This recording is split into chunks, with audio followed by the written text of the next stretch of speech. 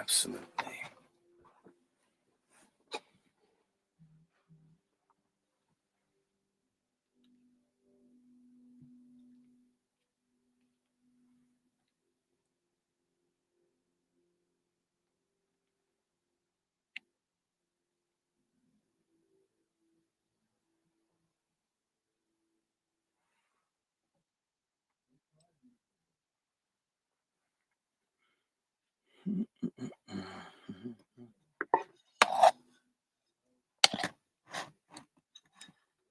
God, what is with that?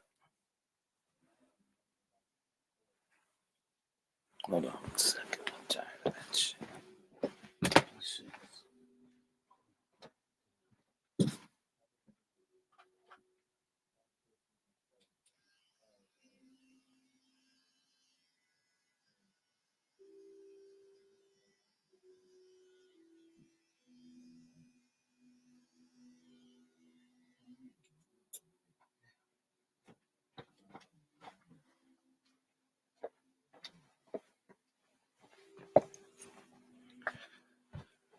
Okay. Doc, can you hear me? I can now. Okay, perfect, man. We're about to start. We're gonna run an intro first, Doc, and then once we run the intro, I'm gonna let you rip, okay? Oh, okay, wonderful. All right, brother. Give me 1 minute. Let me pop you off.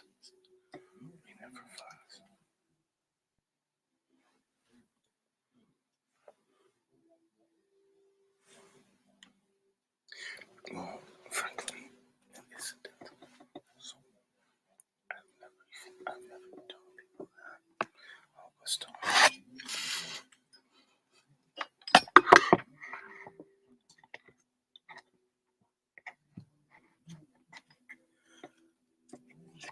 Hello, everyone. We're about to go live with the KOHER clinician.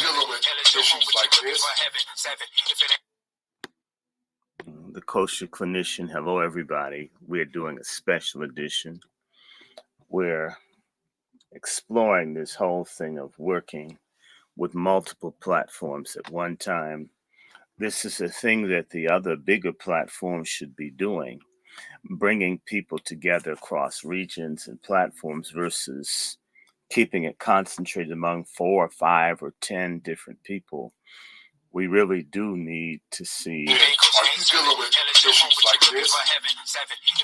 many people as possible. I'm going to challenge all Black people for this 2024 election to stop going to your polling place and just voting Democrat, Democrat, Democrat without even knowing what's going on, just because you've been told to always vote for the Democratic Party. What has the Democratic Party done for us as Black people in the past, 50 years? Even the first Black president, he didn't do for the advancement of Black people in this country whatsoever. Barack Obama did more for the LGBTQ community, more for the gay community, signing laws protecting them and their advancement and their rights than he did for Black people the entire 8 years he was in office. So why are we still sitting up here voting Democrat when they don't do it for us? When we have old white men telling us, you ain't Black if you don't vote for me, but then he goes to the office and does absolutely nothing for Black Americans, but we sit up here and we vote Democrat every single time because we've been told to. Hasn't helped you, hasn't helped you. Trade checks, I think we got one. It's voting season, bruh. No voting, no loving. No voting, no touching. No voting, no nothing. No voting, no fucking, no voting, no fucking. No voting, no loving. No voting, no touching. No voting, no nothing. No voting, no fucking, no voting, no fucking. BLK app looking for some action. Why the homie Scott was hit. Face is a 9, abs is a 10, D is a to be determined. Got revenge. There's a first for everything, and now I've been name dropped in the chart-topping rap song. Listen. Well, shut up, Patriot J, Betty Johnson, Big Bongino, Alex Jones. Free my dogs and lock up the radical left's gone crazy. I don't bail, I won't see inside a cell. Shut up, Thugger, free my slime, slap, YSL. They tryna lock me up, but I'm plugged in ATL. Got homies doing life in jail, they living in hell. These DAs acting silly, my mugshot is worth a billy. So submersion made a milli, shot McMillie out in Philly. Shot the baby, shot the Sosa, Benny Butcher, them my rollers. Call me racist, but these rappers riding with me, them my soldiers. Mega, I am not who they are after. I'm just in the way they want to get to you, but I won't let them cold-hearted. No, I'm artist, getting back to where I started. I don't need to do the race, I'ma beat them Rico. Premier Trump, and you ain't black. I'm black. I'm black. I'm black. Yes, I'm black. I'm black. I'm black. I'm black. I'm black. I am black. I'm black. I'm black. I'm black. If you couldn't tell, we're black. I'm black. I'm black. I'm black.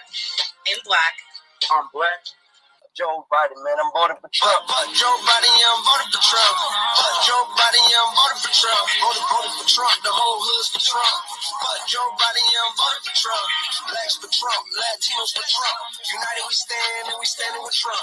Dear white people, will you take our vote? Why the Democrats always try to steal our hope? I'd rather have a president with a mugshot than the president pedophile that we got. I'm sorry, Trump, I ain't vote for you last time. They was hating on you spreading lies last time. Maybe relate. Last couple of weeks, what that actually means.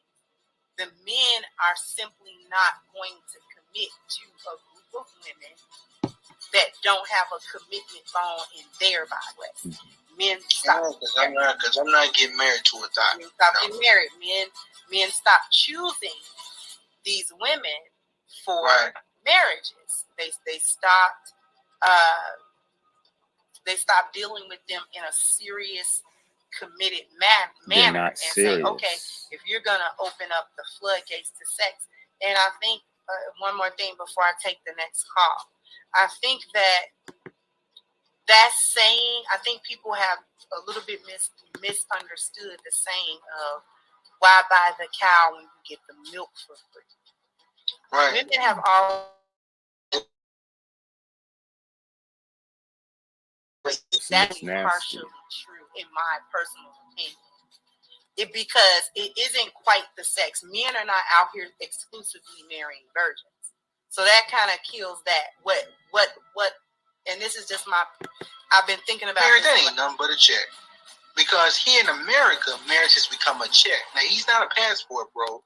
He's not going to get on the plane or nothing like that. But he realized that here in America, marriage is nothing but a check. There's no value in it. American society don't value marriage like it used to. It gets given all power to the weaker vessel, the vessel that was deceived in the garden by the serpent, and that's causing destruction among our community in particular, and other communities as well.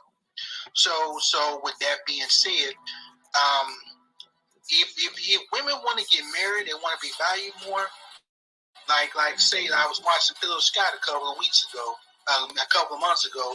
They started to clamp down on this what you like to call no fault divorce in certain. I forget the state though, but it's Republican. They realize that men are the ones who bring in the wealth to the country, or bring in the economic finances. When them being passport bros because of the unfair law the Democrats are putting in, that they can't really, as you know, they can't have too many men leaving the country like that. So I think in this next election season, not to get on politics, but I think if number 44 becomes number 46, number 45 becomes number 46, then I believe that it's going to be number 47, whatever. You know what I'm talking about. So I believe that if he become president, I think a lot of things are going to change relationship wise, because he's going to put in the laws that.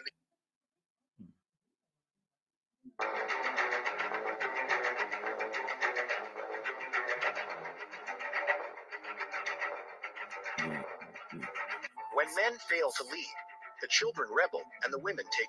Fall comes to us and it's on time to ski.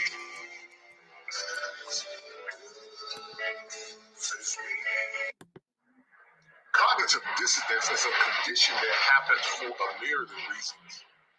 Many times in modern America, men and women often do one of the following. They deny the evidence. They become enraged when you present them with the evidence. They argue ad hominem attacks, meaning they attack the messenger instead of the message. And they will fight you or flee because they cannot hear what you are saying. A condition such as this, tied into cognitive dissonance, often happens to those that have or lack self-awareness. They stay in a perpetual cycle of arrested development, exhibited by this.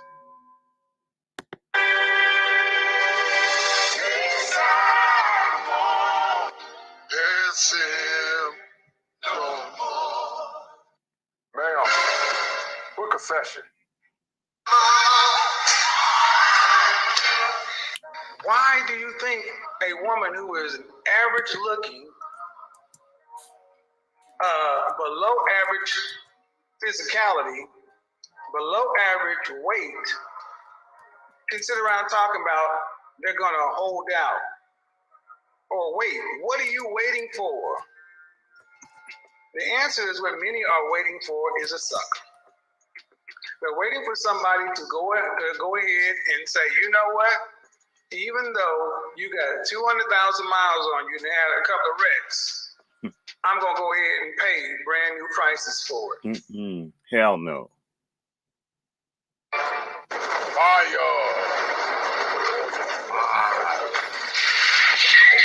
Clinician. If it ain't seven, it ain't kosher. Heaven and hell is what they told you. Real men put the strap down and we can toss them. Young heads pick it back up and young don't. This is our culture. Now we talking kosher. Clinician, masculinity issues. Absent fathers who miss you. Mama drama don't kiss you. All a part of the ritual. This is how they get you. Separate the men, women, clipping baby potential. Damn. Lovers, haters acting like vultures. If it ain't seven, it ain't kosher. If it ain't kosher, ain't right, gotta divorce us. If it ain't seven, it ain't kosher. If it ain't kosher, ain't right, gotta divorce us. If it ain't seven, it ain't kosher. If it ain't kosher, ain't right, gotta divorce us. This is kosher condition. 7 wonders, the whole world got a list. This is kosher condition. 7 wonders, the whole world got a list. This is kosher condition. 7 wonders, the whole world got a list. This is kosher condition. 7 wonders, the whole world got a list. Listen. Listen. All right, guys. Hope you guys can hear me. If you guys can hear me, hit 1. We got a powerful show on tonight. We got a powerful show. I got Dr. Randy Short in the house. As we talk about more salient issues on tonight, you know, there's an old saying, guys, that says the more things change, the more things remain the same. And as we approach upon the 2024 election, it appears that pork chop politics appear to be on the table. And the same foolishness that besmirched us from the prior years is still looming on the table. Put your pens and paper ready, guys, as Dr. Randy Short and I are going to drop the fire for your mind on tonight. We're about to start this stream with Dr. Randy Short.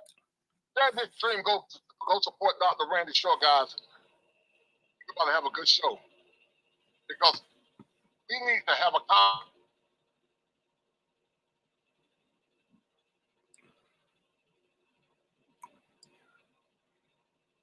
Well, y'all used to me by now. When I do something, problems occur. Just know that. Tech stuff, things break, bandwidth disappears, and I'll keep doing it. Just understand we must be really bringing some phenomenal stuff, because every time we get together, there's a problem on anyone's platform that deals Dr. with Randy me. Short and I going to drop the fire for your mind on tonight. What's going on in modern politics? While there's so many black people continue to be slaves to pork chop politics, I think Dr. Randy Short got the answer, guys. What say you?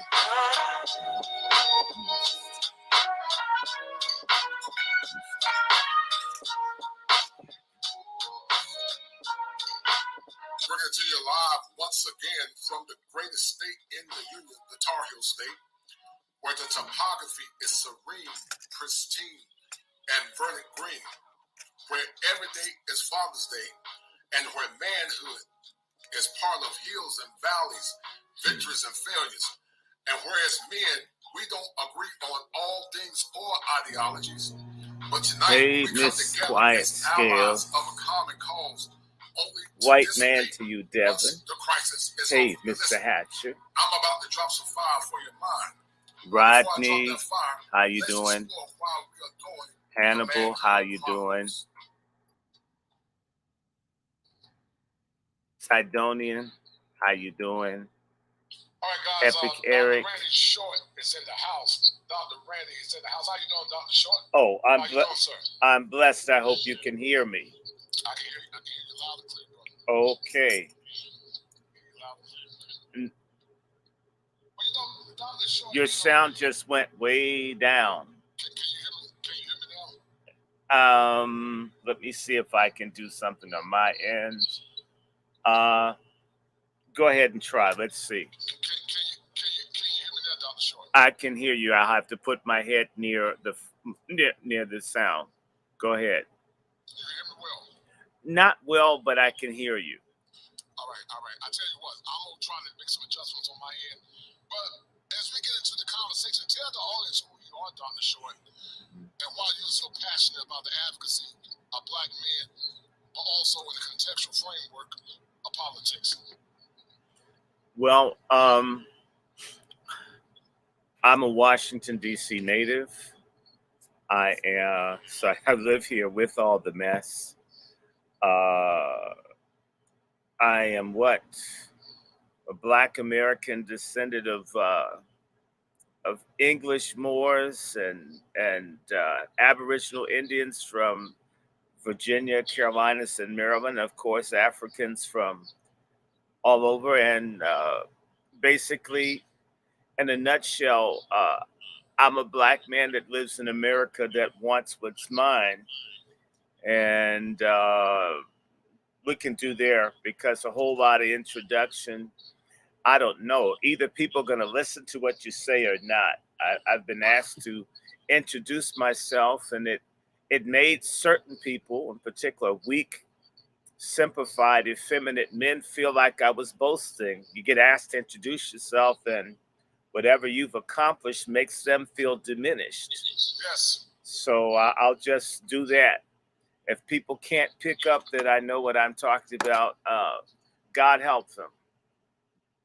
But you know, Dr. Short, the old Christian church used to say, "There's a leak in this old building, but my soul gotta move." Right. It appears that the modern Negro don't want to move because there's an old saying that says that the more things change, the more things remain the same. But Harriet Tubman also once said, she said, "I could have freed a lot more if they did not already know that they were slaves." Mm-hmm. Well, I'm going to differ with you. I think a lot of Black people want to move, but it depends on who doesn't want to move. Who doesn't want to move are the old boomer Black people. The old Black people, like the 30,000 people that voted for Biden in an uncontested primary in South Carolina. He didn't even have to offer or say anything, just show up in a church where a white supremacist like him killed some people, buy a box of catfish bites, and you win an uncontested primary, offering nothing. That's because of old, no good Clyburn and all the generations older Black folks who frankly need to die. They don't listen. They know everything. They're less educated than a lot of us, and they're stuck in their old ways. That's why we're not moving. We have not gotten rid of the silent generation and boomer generation leadership. We've seen the same people lead and dominate everything in our community for 60 years. It's too long. There are a lot of people that want something else. Nothing's been offered. I'll give you a very simple example.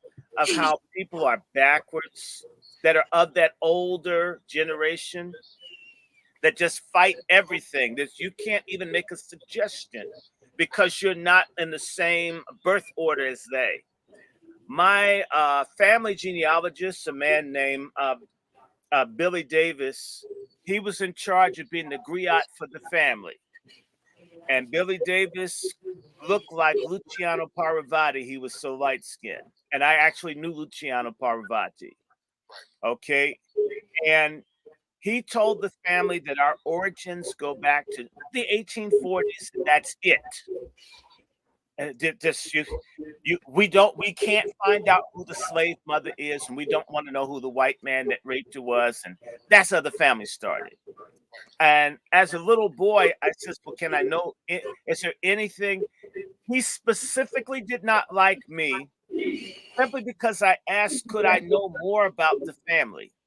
He would sit up and complain and moan about how people weren't serious.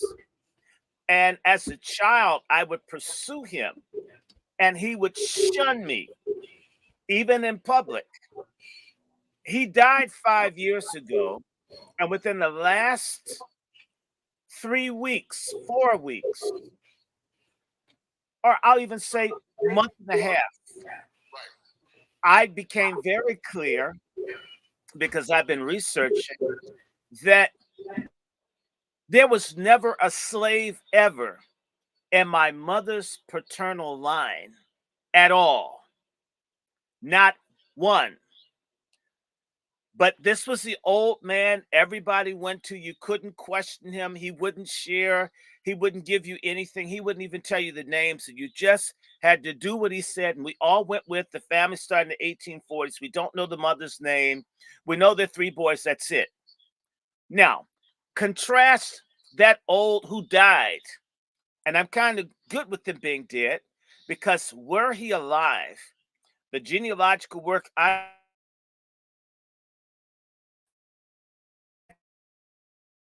the fact that the King James, who had the Bible written in 1611, is our great uncle. Mary Queen of Scots is my aunt.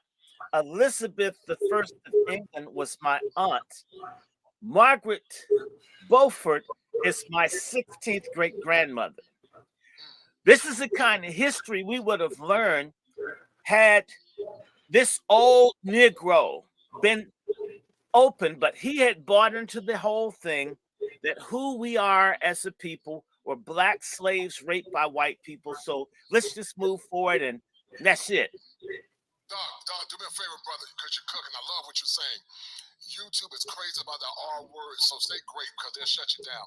So you know, I don't care if you say it, but they really. I mean, how is that a problem?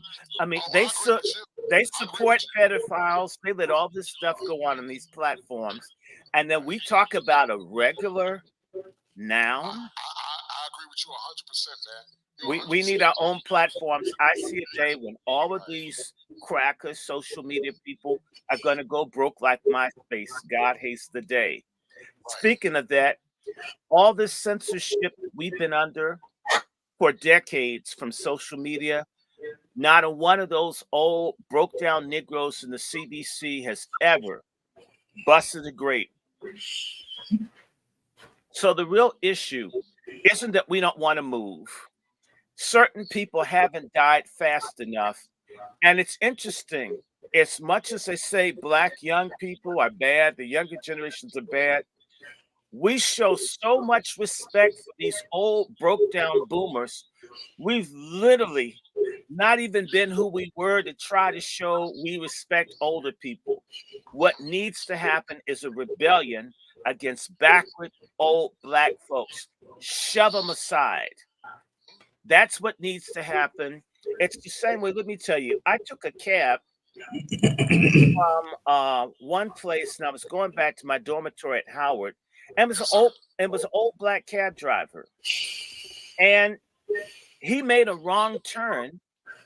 And you know, my grandfather owned the very first black cab company in Washington D.C. called Skyline Cab. So I respect cabbies.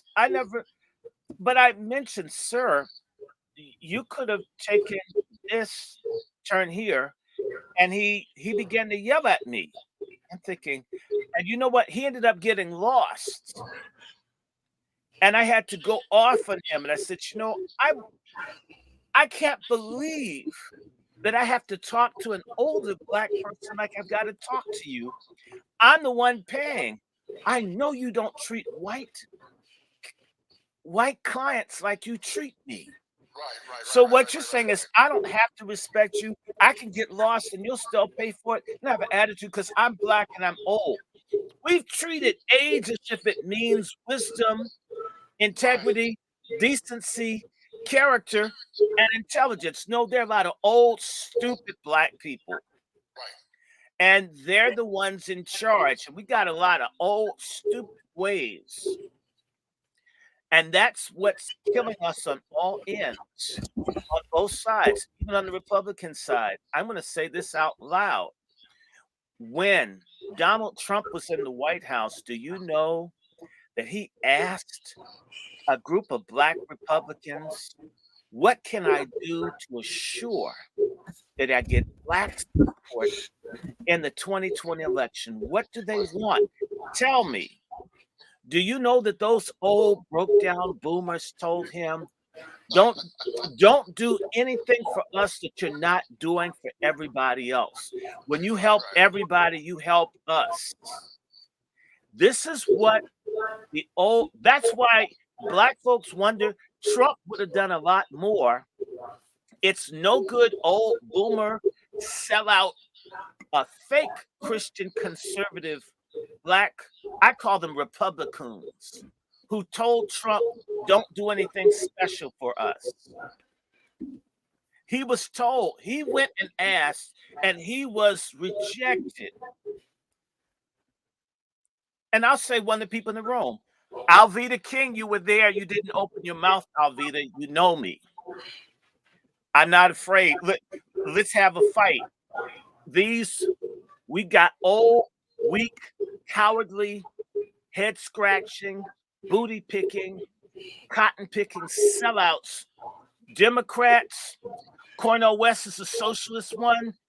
They're all scared old people who like rubbing buttocks with white folk and drinking coffee at the same bar, and that's enough for them. Their tangible was association, sex, inclusion, and just them. Our problem is we've been left for dead by these kinds of people on all the political spectrum, including the communists and the no good Pan-Africanists, those old raggedy Negroes with dreadlocks who want reparations for people in Africa. And we've got to fight for everybody black to get reparations. And yet those same folks who have bastards everywhere don't pay child support. Their families are more jacked up than the old woman in the shoe. And they want to save everybody in Africa. It's a whole generation of raggedy old traitors because I've had gray hair since I was 11. Okay, I turned 59 on Friday. So a lot of people should send me a donation for my birthday. But white hair doesn't mean you're smart. But in our community, we venerate anybody that makes it. It doesn't matter if they sell dope. Like the biggest dope dealer of all times is my cousin from LeGrand, North Carolina, called Frank Lucas. My cousin. Oh yes. Oh yeah. Way down. What's that county? Wilson County. Wilson County. Wilson County, North Carolina. Oh yeah. No, my family's been in Wilson 300 years. Okay, so if he died recently, but he had gray hair, did that make him good? Did it make him righteous? As a preacher's kid, some of the most foul people in the church were the old folks who were amputees that couldn't be wicked anymore because God had afflicted them. But we go to church and see someone old, and you figure because they can't get up and grab your groove or your butt that they're holy. No, they've aged out. They can't do the same kind of wickedness on the level anymore. But then they do another wickedness. They don't tell the truth or impart what they do know. They don't say, you know, I was a stupid old hoe. I dogged the men that came my way, and I ended up with kids I couldn't take care of, and they're all in jail. And I got the Holy Ghost, but you know, I would have rather had the Holy Ghost and my kids be out of jail and my kids not be in the bastardy. So these older people, not only do they fail, they lie, and they want to look better.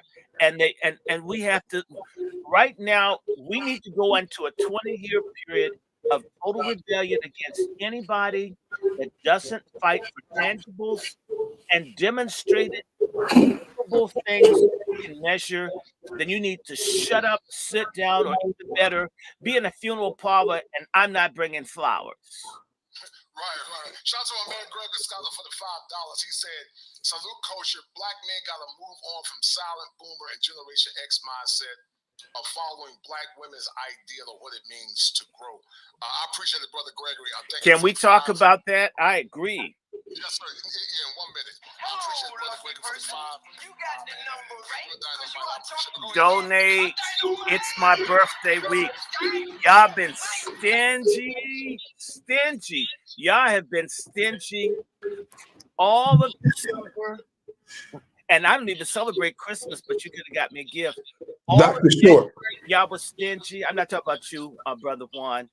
My platform, I've had 36,000 views in 2 months, and folks have been stingy. Stingy. And y'all the same ones that buy the $900 Bible from the white supremacist preacher. Y'all sad. Y'all better send me, kiss me some money this week. I'm sorry. Kiss me some money. MFM, as we say, you can say that to you. Don't tell them, but MFM, mother, the F word, money.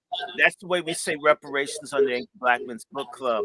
So I want to say, where's my MFM for my 59th birthday? And I'm not a boomer. I'm an X, but he's right. Another problem that we have in our community is that we worship people with vaginas. Whereas I do believe that the vagina is the greatest thing. The Xbox, it was the first home business, the first Beazle. I mean, the vagina is a great thing, but it's not God. It's created. It ain't God. And I'm telling you, a whole lot of old boomer men and some of the Xers bought into feminism. And this is a big problem. Feminism is the greatest social evil in the Black community, and it's female dominated. It must be destroyed. Black men must ignore women. Let me tell you something. Women have a whole lot of wisdom, but sometimes women are dumb as hell. A good example of how stupid women are is that you need to go to a ultrasound and see the baby hopping around in you at 9 months pregnant to believe it's a baby. A woman on their way to an abortion clinic, and because they don't think it's a baby, but they're going to an abortion clinic. But when they see the baby in the ultrasound, they don't want to kill it. That's stupid. Abort means to kill. Fetus means baby. Did you think it was a beer belly and you don't drink alcohol? What made you vomiting? Everything that points to pregnancy you're doing. You're not convinced it's a child until you see it on TV in somebody's office with a $500,000 machine. It takes all of that to tell you it's a baby. I mean, that is how feminism has made Black women so incredibly stupid. And then when you say, well, we've got to put women here. In fact, I don't like going to church, and I didn't go to church today, and I'm not going to church next week or the week after, God willing. When you go to church, every now and then, if they are socially active, they'll say, oh, we're sending some young women to college. And everyone's clapping. The colleges are full of Black women. The colleges are empty of Black men. Black men ain't getting nothing. And 60 years, these churches, which if 9/10 of Black churches were shut down tomorrow, Black people would have a chance of surviving. In fact, I wish I could be dictator of Black people for like a few years. I would arrest all the crooked preachers in the country. Make them flip burgers. Actually do something for someone other than themselves, and make them lose weight. Their wives couldn't wear a hat with a rim with more than a 36-inch circumference. I mean, I have a whole bunch of stuff to deal with them. We worship women in all the wrong ways. We need to love and protect women and worship God. And by the way, in cultures where people protect, provide for women and worship God, women are on code and they do what they're supposed to do. When you put women on a pedestal where you can't criticize them, when you tell a 900-pound black woman she's sexy, she is. If you're Jaws, I mean, she's not sexy. She is a health disparity statistic if she's 900 pounds. I mean, you got women in DC riding around in power chairs coming on to people. I could break your jaw with my boob if I just pulled it back. I mean, what is that? I was watching a video of Diane Carroll sing As Time Goes By on the Ed Sullivan Show. It got released today. Diane Carroll was so fine. I got to see her once in life. I'll never forget seeing Diane Carroll just once. That's how beautiful, that's how feminine, that's how much she commanded her presence as a woman. Just seeing her go up the stairs, I'll never forget seeing Diane Carroll walk up a flight of stairs. I still remember that 20 years later, Diane Carroll went up the flight of stairs to the Women's History Museum. I saw it. I go down the street every day and I can't remember 9/10 of the black women I saw because they look so bad. Because they're not present. You've got your butt cheeks exposed out of your pants. You don't have drawers on. You don't even have a thong. And we put that on a pedestal. And by the way, all black women, even the old liar, boomer black women, they're not calling these women out because they love the rebellion against men. I don't care how old, the ones with all the raisin-sized moles on their face, they love the confusion because men aren't in charge. He's a raisin-sized mole. Hold on a minute, Dr. Short. Shout out to my man Salty Balls for the $10 cash out. And Salty Balls, you're the #1 sponsor of the stream, brother. That's a deal, right? That's a deal, right? Some of the boomers that's joining the conversation, Dr. Short. All right. Well, I appreciate you, my man Salty Balls, for the $10 cash out, $10 support, and you are the #1 sponsor. Guys, share this stream. Dr. Randy is a man of wealth. And listen, me personally, I don't care about things. I love the fact that you're intellectual and you're free, but this YouTube machine, words like great, abortion, or whatever, they're censoring. I don't like it, but hell, ain't nothing I can do about it. And it'll get your channel shut down. So I don't personally care about you saying certain things. I love your energy. I love your boldness. I love your tenacity. I love your ability to speak truth to power. But the machine is very manipulative. And I agree with you. It becomes a time when men need to speak out boldly, speak out clearly, and speak out intelligently. Because once again, power never conceded to anything without a struggle. It never have and it never will. And that's why this conversation is so important. But I'm going to ask you a couple of questions, Doc, because you're a very brilliant man, and I love your acumen. So what's the question? What role did Lyndon B. Johnson play in the breakdown of the American blacks, in your opinion? We know what it is, but tell the audience what role Lyndon B. Johnson played in that. And I'm going to listen to you and let you Who? James Weldon Johnson? No, Lyndon B. Johnson. Lyndon Johnson is basically, he's like Jesus to black boomers. Okay. He's a false messiah of black boomers and silent generation black folks. But we need to remember that under Johnson's leadership, several of our most important black spokespersons got killed. That's King and Malcolm X happened on Johnson's watch. People seem to forget that. They put that on Nixon because he's a Republican. We need to remember that Johnson created the omnibus crime bills that led to the mass incarceration of Black Americans. We need to remember that Johnson's policies were sacrificing Blacks in Vietnam. We need to remember that Johnson was responsible for bringing down the government of Kwame Nkrumah, who was trying to bring Africa together.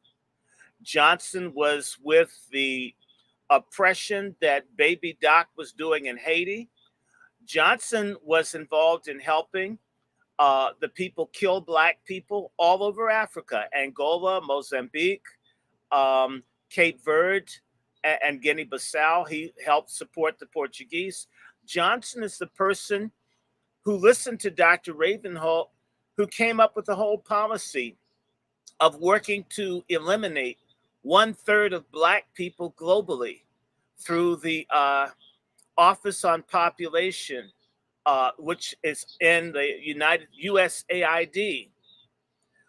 Johnson also said, if we give Negroes a little bit, they're going to vote for us 100 years. Basically, we're not really going to help them, but we'll make them think we're helping them.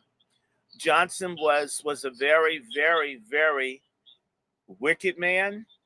And he's also the person, again, who sponsored eugenics, which is to get rid of us, to kill us off slowly. This came under Johnson.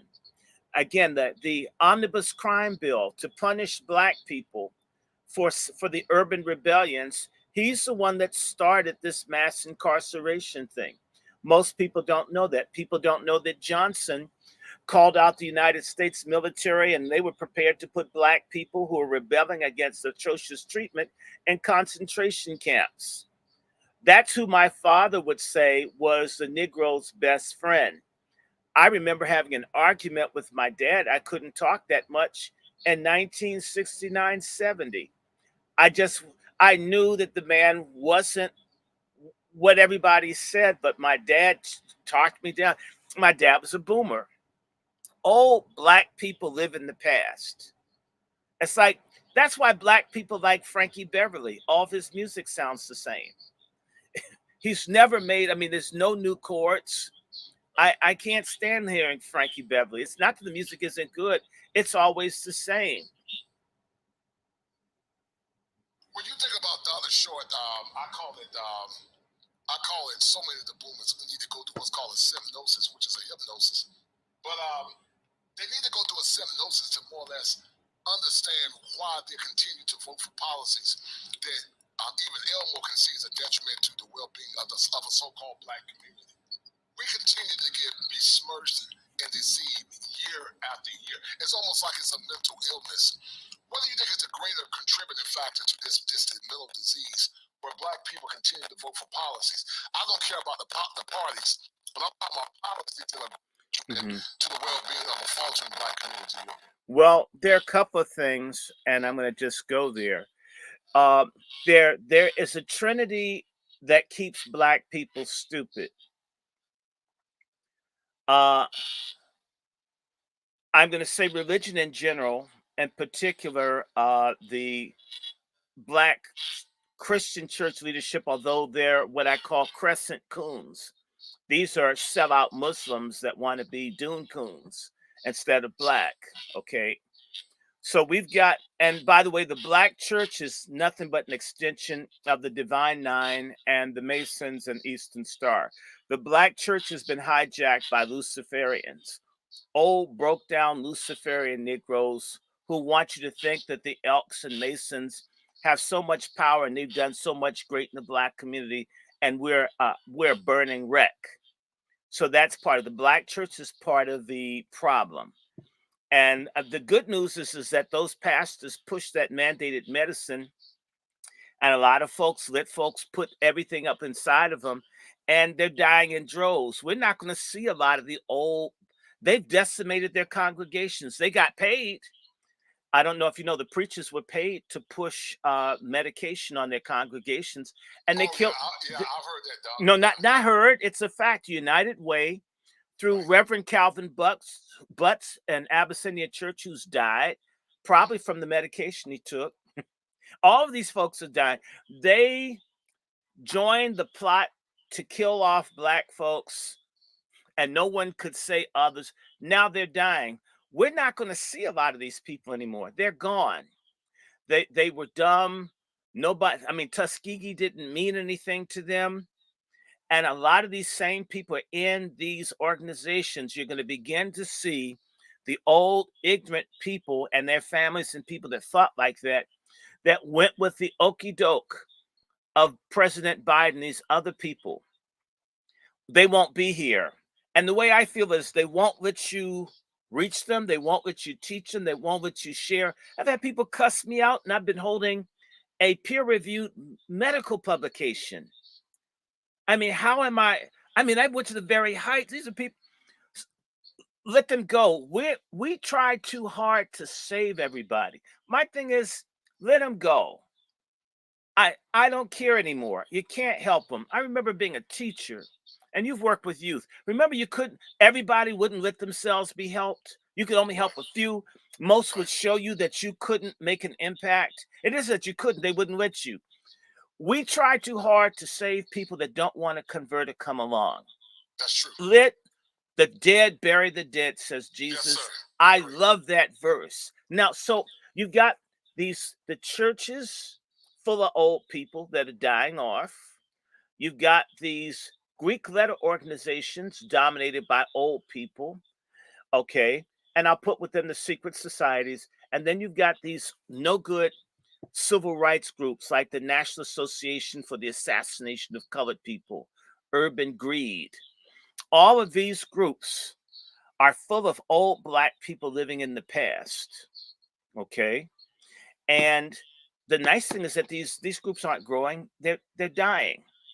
The point is that, but these old black people want us to die with them. And we have to say, no, you're older, you keep telling me, and it's your time to go on to glory if you're really going there. Where you've led our people, I don't think that they're going to glory. There're going to be a whole lot of old black folks with canes and wheelchairs and walkers that are going to hell because they ain't lived nothing, didn't tell nobody nothing, ain't invested in nothing, didn't learn anything, didn't read a book. You know, I've talked to people that do consulting for churches, and there were certain people that they didn't want computers in the church.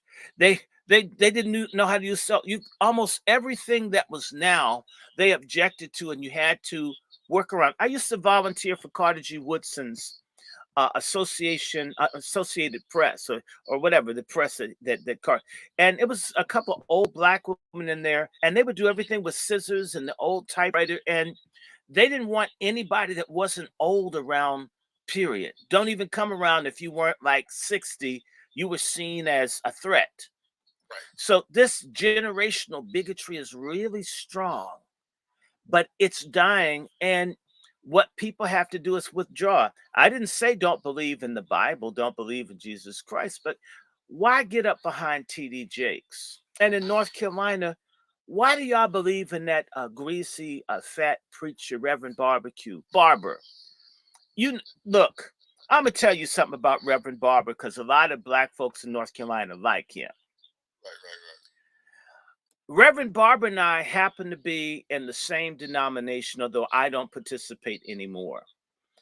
Reverend Barber was part of a group of ministers that include Ben Chavis, who's from North Carolina, Yes. and others. Okay, yeah, I know Chavis is from North Carolina. I remember Wilmington 10. My big brother was helping to raise money. One of my mentors got the money that bailed the Wilmington 10 out. Brother Charles Cobb Sr. Okay. I've been around a little bit.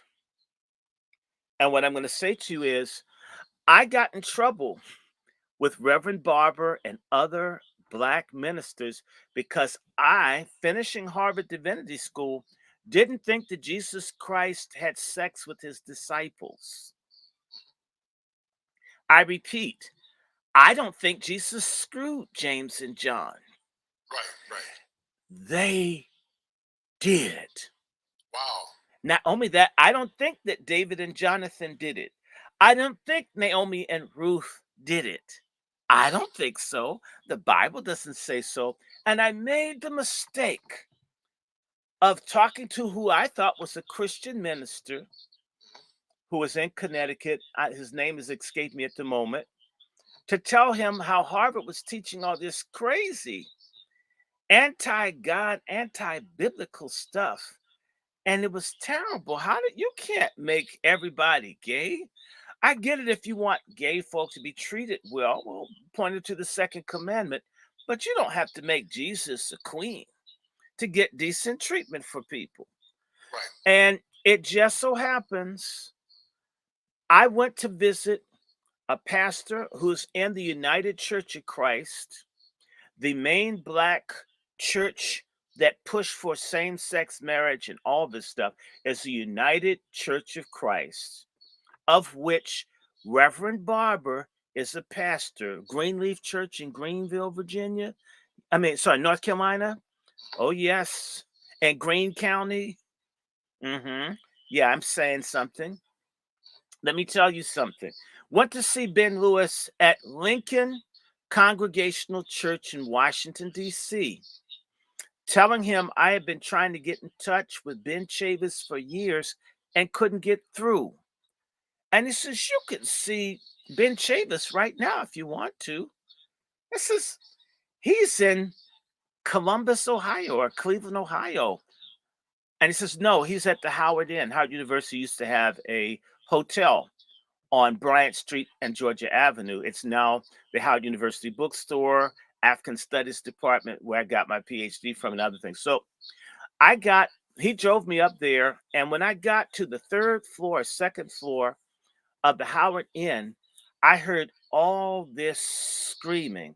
I believe the guy's name is Ed Edmonds. He was a really strange congregational minister, and they were screaming, he has to be stopped. Stop him. Stop him. Who said that? This is what Ed Edmonds said. I was in the room. I just heard the screaming of this old man. Right. I came in. I had resumes, sat down at the table. I passed my resume to Ben Chavis. He looked down and he looked at the other people. Reverend Barber was at this big, long table. And I learned after the meeting, a pastor by the name of Reverend Edie told me I had been blackballed by the United Church of Christ Black Ministers Group called Ministers for Racial Justice, Mrs. J. Now it's called Ministers for Racial and Economic Justice, because I was a dangerous radical. I was trying to think, what had I said or done that was radical? And I realized this man was mad because I didn't think Jesus screwed the disciples. And so all of these people, including that Jerry Carroll Juice looking Reverend Barbecue, the big fat greasy preacher that shouldn't have been going to see The Color Purple anyway, but he probably likes the theme. They all blocked me because I didn't think the Son of God did men.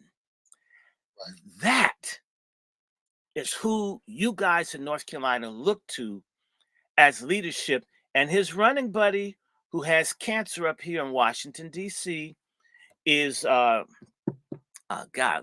don't let me forget his name. I'm getting old. The pastor of Plymouth Congregational Church, who's no longer the pastor because he's sick, told me, this is his running buddy. They basically said Jesus Christ was gay. That's why he was on the cross. Wow. This is the leadership, and these are old Black preachers. And this brother's name will come to me in a second. But that's who's leading the churches and all of this strange stuff. Reverend Hagler. I know you've heard of him because they were down there fighting around. Yeah. All believe this super strange sexuality stuff, and therefore illegals, and they're all up for. That's what we have in the church, the civil rights organizations, and usually there's an overlap between them being Masons and Greeks. They're for feminism. They're for everything our community doesn't need. And they control our community. We need a regime change. We need a putsch. 100 years ago, Adolf Hitler was on trial for trying to overrun the German government. The beer hall putsch. The trial took place in 1924. We need a putsch. We need to kick these people out. And if you can't drive them out, quit the organization. When the NAACP can have people on its board that are sympathetic towards pedophilia. Yes, I said that. Yes, I did. And I'm going to tell you something. Remember when Ben Jealous left the NAACP in 2013, 11 years ago? hmm If you go back and you look, you can only get a few people out of the 64-member board of the NAACP to say nice things about Ben Jealous. One of them is Reverend Barber. Why did he just leave the NAACP? And why, when he ran for governor in Maryland, the NAACP didn't endorse him? Why wouldn't the Maryland NAACP chapter endorse the former head of the NAACP to run as a Democrat against a Republican? What is it that these folks are on where all this stuff is going on? It can't be good. Why do you just renew your contract to head the NAACP at their convention in June or July of 2013 and submit a letter of resignation in September of 2013? I mean, who does, how you say you can hold a job 3-4 years, then a couple months later, oh, I changed my mind? Do you really believe that something didn't happen? And they had the big, what is it, 50th anniversary of the March on Washington, where 500,000 people came. The NAACP had this big clam bake. And then you suddenly walk away from it all? Didn't something happen? Do you understand who we got leading us? There's a whole lot of corruption. Fannie Willis, her Petunia pig looking self, she ain't the only dirty person out here. Letitia James, dirty Letitia James up in New York, who looks like Lou Ferrigno without the green dye on. I mean, you got this strange Uncle Fester looking Karen Bass running New York. The mayor of DC looks like Arsenio Hall.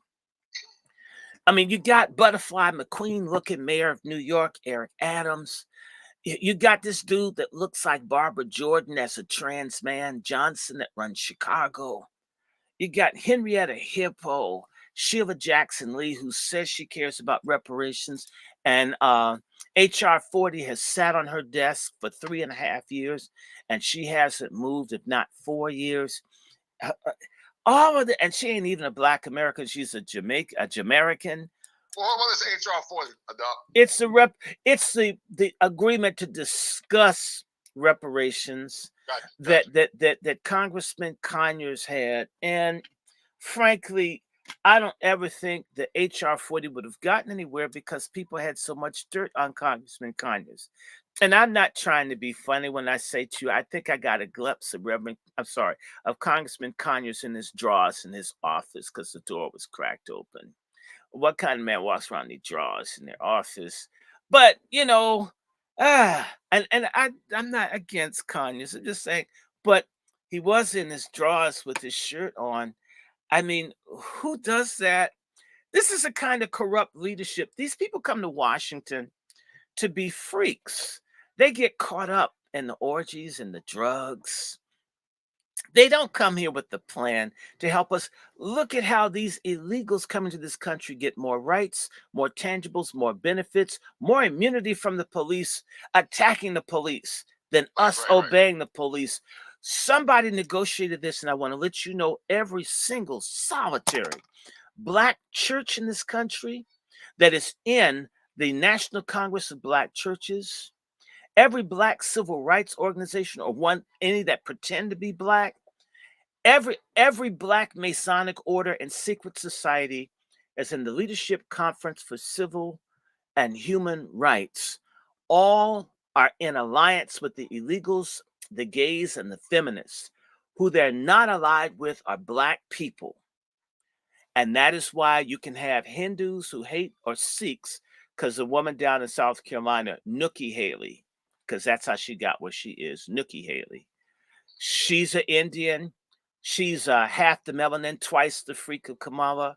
Kamala's a Brahmin, passes a Black. And there's a silence that Nikki Haley is responsible for Black folks not having access to health care by the hundreds of thousands in South Carolina. She and Clyburn and that, forgive me, all Republicans aren't good. You know, we know that Tim Scott looks like a cross between the Cosby Kid and the hee-haw donkey that knocks open the door on the opening of the show. Ain't never done nothing too out there. And all of these people running around saying that there's no racism. So you can get a sorry Republican too, or Republican, and you can have a Democrat. What we have to be about, as you said earlier, are policies that deliver for us. We outnumber a lot of groups in this country, including Cuban Americans. And yet Cubans get more respect. And they do all kinds of stuff, bring way more dope in the country than we could ever consume. And they get respect. Look at how the Arabs up in Michigan have refused to see Biden. Negroes in South Carolina fell over themselves to go down to Emmanuel Church. I wish Dylan Rolfe had been there that day. He picked the wrong day. If you go heard some, he should have been there the day Biden came. It's ridiculous. So, let me ask you a question, Doc, because I got a lot of questions for you. You've done a great job, by the way. Some of the brothers loving your commentary. Let me ask you a question, because I do respect your beliefs and some of the things you believe in. I know you don't agree with all my positions, and I probably don't agree with all of yours, but I do respect it. But I'm gonna ask you a question, Doc. To talk about the Black woman in America, in what role, Doc, would you say it was compromised by these so-called elites, and what role does she continue to play in facilitation of the oppression of a dying Black community in your opinion, Doc? Well, Black women are in leadership of the destruction of the Black community. The minute that they got out of order in the late 60s, early 70s, and they've been there since, Black women are the lead element in the destruction of the Black community. First of all, through abortion. We've got all these dead babies. We'd be over 100 million people outright if killing babies didn't seem treated like it was, getting a pedicure. Folk making TikToks and getting abortions. That's one. Also, mate selection, deliberately picking the worst Black men to procreate with. Having grown up in an academic and intellectual environment, my experience has been Black women bypassing quality men for men that they felt could give them the bigger bug or the bigger buzz in their clitoris. So being satisfied and pleasured all the time was more important than family creation. So who people choose to lay down with, what they choose to do as a result of what they've laid down with, the fact that they've de-emphasized and devalued motherhood and devalued grandmotherhood and devalued being wives. They've basically act like that's not important anymore. Black women have been a major catalyst in the destruction of the Black community. And because Black men are sorry, because Black men worship the vagina instead of God, you should thank God for vagina, not the woman. She didn't make it herself. It's not like it's a sweet potato pie. She was born with one. That is the problem. The other thing is that Black women support eugenics. Black women are silent about things like trafficking. Black women have been silent largely about the dispossession of Black teachers who are primarily female. So the education of the youth has been turned over to people that hate us. The women have basically tried to be Black men and they failed, and it's killing us. Also, the women have come and they've become dominant, not in just numbers, but in terms of influence and power within the corrupt institution that is really religious real estate, Inc., that we call churches. As the women have become more important in the churches, you can't criticize homosexuality. You can't talk about bastardy because that hurts women's feelings because some of that pertains to them. So we no longer can have right and wrong to make women feel good. We can go further. So if we start looking at the crime, I'll do more. The women collude with the courts to destroy the black family. You have a woman divorce a man. She teaches the children to hate the father, which destroys the whole desire to create families for the boy and the girl. Yes, they do. And you cheat, you commit fraud against the state and the father by denying him the opportunity to see his own children. So they've wrecked the family, and there's a conspiracy of silence. And all the black women that disagree, they don't do a damn thing about it. So they are, the gays say, and the women are allied with the gays, I'm coming to that, silence is consent. The silence of black women who've seen all this over the last 60 years say that they're good with this garbage. I don't want to hear any until I see black women out here telling these women, you don't need all that weave. You need to take the blonde off. Okay, I see men doing it, women beginning to. It took Kevin Samuels, who was assassinated, to even begin to just talk about stuff. You're not high value with 8 bastards at 400 pounds. You're an insurance underwriter's nightmare. Nobody wants you. You don't want yourself. You know, one place that you'll never see a fat woman go into at a carnival, it's called the Hall of Mirrors. They make a beeline right around it. They know how bad they look. Fat isn't pretty. I grew up, everybody wasn't fat in the 60s and 70s. You remember, what do you mean? I'm big bone. No, you're fat. You're overweight. You eat too much. What happened to good home? They've done other things to ruin the health. They want the processed food. What happened to good hometown cooking, down home cooking, grains, what we ate for centuries? You want the convenience. So wait, you don't cook, you don't mother, you don't wife, you don't love, you don't teach your kids to read, and you don't screw. And I'm talking about years at a time, married folk that go to church that make it rain on that sissy, take dicks, jakes, and yet they won't even make love to the man that they said I do. If I do, it means stretch him wide and hang him high. I'm talking about your feet and hook your husband up. You know, on my salt thing, I'm going to give a sermon, and my sermon's going to be give him some you know what for Jesus. Bless that man with the cooch you have. I mean, what are you trying to do? Raise black widow spiders down there? That man needs to be hit up. He's working. These women talk about him cheating. It's because you've outsourced your jobs, holes. Screw these men. If they walk down the aisle with you, you so big, they probably have to move the benches aside. He's with you, and you can't give him any. Don't want to have no kids, don't want to cook, don't want to love, want to fight all the time, want to watch TV and eat bonbons. You make $20,000 a year, he makes 30. You call him broke, and you brought the bastards to the relationship? Are you kidding me? You are aligned with the gays. You think the illegals are fine. You start looking, I'm going to just say, you start looking at almost everything that matters. And it seems as if, and I'm not saying all the women, they don't know they're being manipulated. But the feminists, it seems like the more mannish, the more ugly, the more brute, the more disruptive a woman is, women seem to get behind them as leadership. I'd like to see some feminine, Diana Ross looking black women leaders versus women that look like, you know, the what's that thing called? Lamisil character. You know, the little stuff you get under your toenails.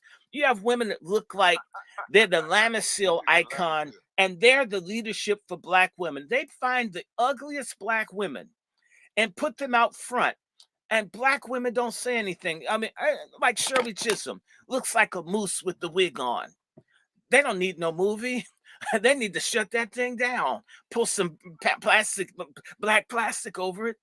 What happened to the beauty? Stop looking good. Stop taking care of oneself. I mean, Right. and not only that, they pressured their own husbands. I heard this. People were forced to take that poison to please their spouses. And everybody knows that the rollout for the mandated medicine was a United States military propaganda project. And women, like, they listen to the snake in the garden in Genesis 3. They listen to the same snake called Fauci. And so a whole lot of folks, I was talking to a wonderful sister that you must have on your show named Sister Keisha. She's the one that helped bring down the pedophiles in New York. She's lost 26 family members within the last year. They're just dying in droves. If I told you there was a brother who supports me, heard his mother was sick, I didn't want his mother to die. I began doing everything I could to save his mother. His sister got in the way, and his sister told me, even though I said sister, she said that her mother wouldn't live if they took her off of remdesivir. And and that's, these women are out of order. They were never meant to lead a people. They're meant to help support and be alongside black men, not out front. We need to yoke these hoes and put them in formation. No more discussion. We need patriarchy. Matriarchy has failed us. Matriarchy is genocide. It's a genocidal family situation going up against patriarchal societies of everybody in the world. America is the most diverse society in the world. They're all patriarchal. We're matriarchal. We're dying. They're growing. Who's wrong? Black women, and I'm going to use this word, fagonist. A fagonist is a black male feminist. He hates black men. He hates patriarchy. He's all up under women. He doesn't necessarily like women, but he worships a vagina. And he's an idiot. And he might be a Greek or Mason. And he thinks just going along with whatever, if women want it, makes him cool and popular with women. And he loves being against his brothers. He's an antisocial, narcissistic wreck. A lot of black men are fagonists. Just because you got on top of a woman doesn't mean that you have the authority of a patriarch. You're a trick with a dick. You're not a man. You're a fagonist. That's a question. I don't hear you. Can you hear me? I do now. Yeah, I want to show you something, but what do you think about this? And also, can you hear me? Yeah, you need to stay close to your mic when you pull. All right. Gotcha. I don't know what's wrong with this thing, but let me show you something. Hold tight.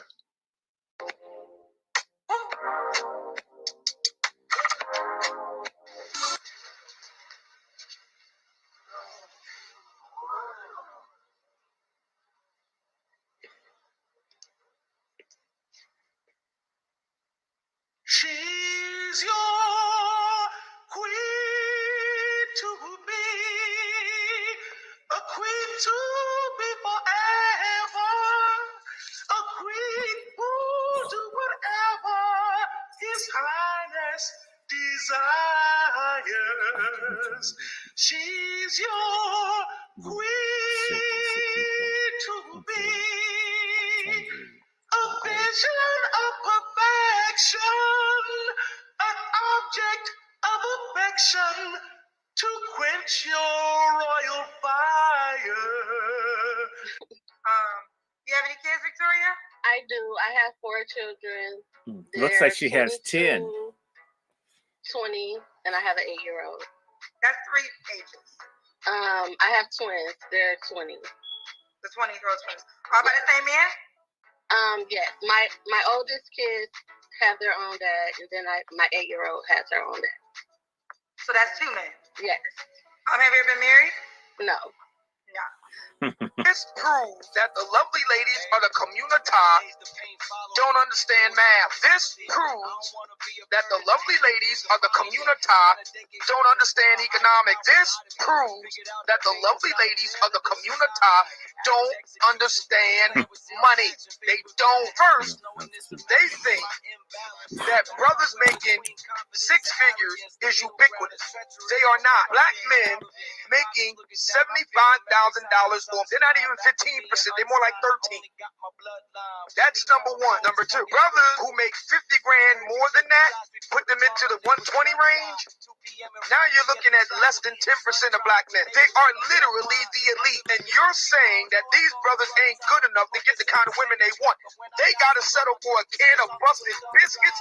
Are you freaking kidding me? You've got to be kidding me. That shit is insane. But I knew that this was coming. Loser ass your video with comments about a loser female, just to let you niggas know we don't need y'all. We want y'all, but we don't need you. 20 years later. Our black men, we want all y'all back.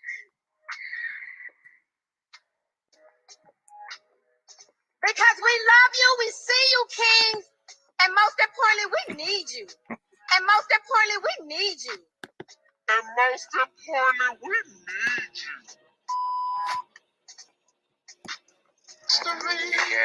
If you a that's for the streets, you can't delete the ski.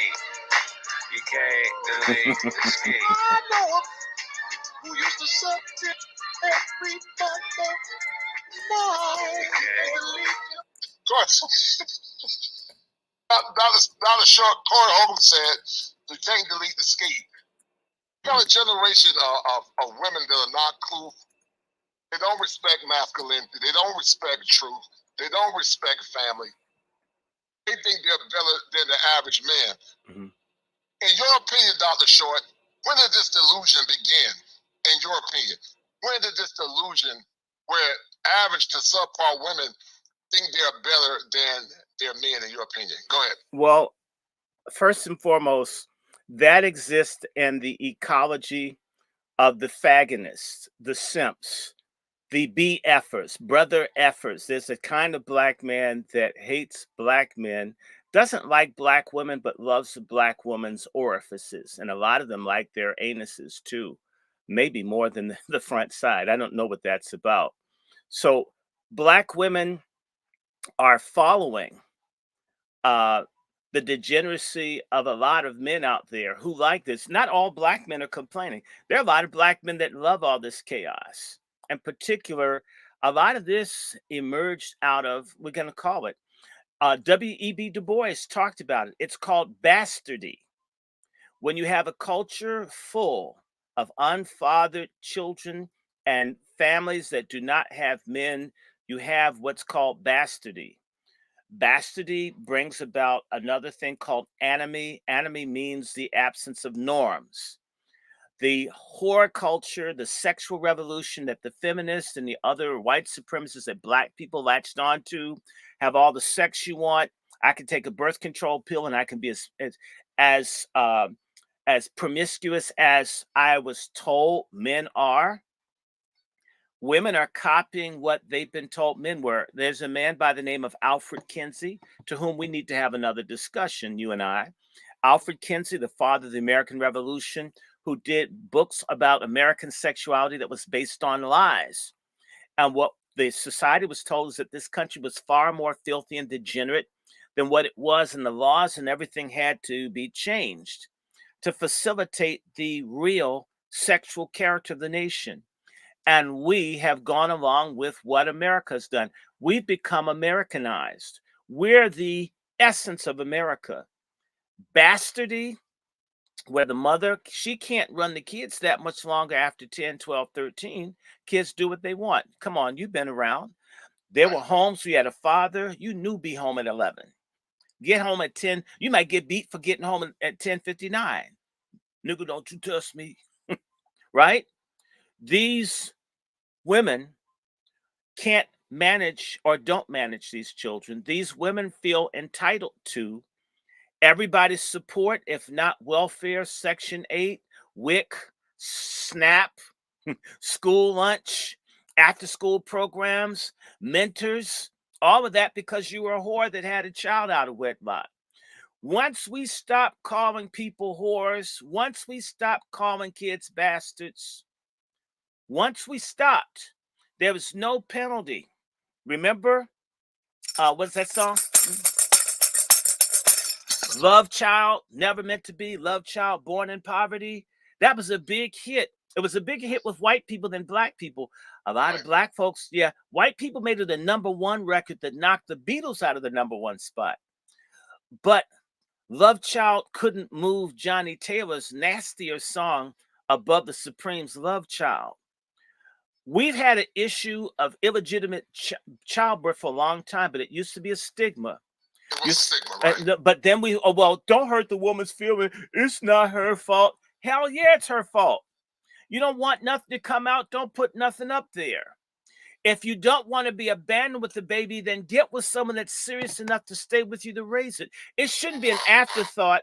I can't handle all these bastards. Let me find a stupid black man that I can guilt trip into looking past all of my blubber and my girth and my crude behavior and my tattoos and raise these bastards that are going to hate him for all the things that their biological father didn't do for them.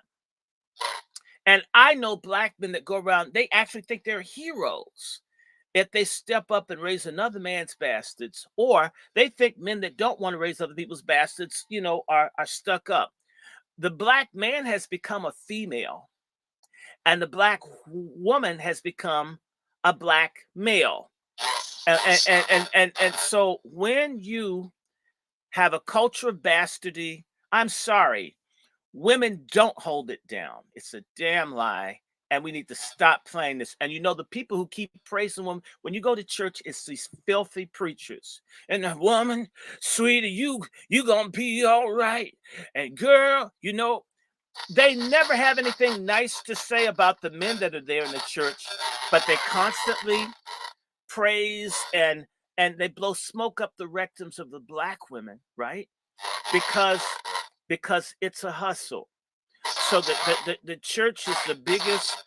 It is a whorehouse with the spire and stained glass, and sometimes the best holes. I give them that. They have the best holes and good music. And although the food isn't that good sometimes. Look, that's the problem. We've lost our soul. Our people, following the civil rights movement and the free love thing, we turned our backs on God. Black folks have become paganistic, atheistical, immoral, increasingly, and we've lost our way. And in particular, there's been a myth that women are more spiritual than men. Look, I can't outcry. I don't have a wig to throw off in church. I don't wear pumps to break the heel on. That doesn't mean that I don't feel God any less. So you know what? In order for the churches to continue to grow, and they didn't want to offend, they let the women bring their baskets to church and nobody talked about it.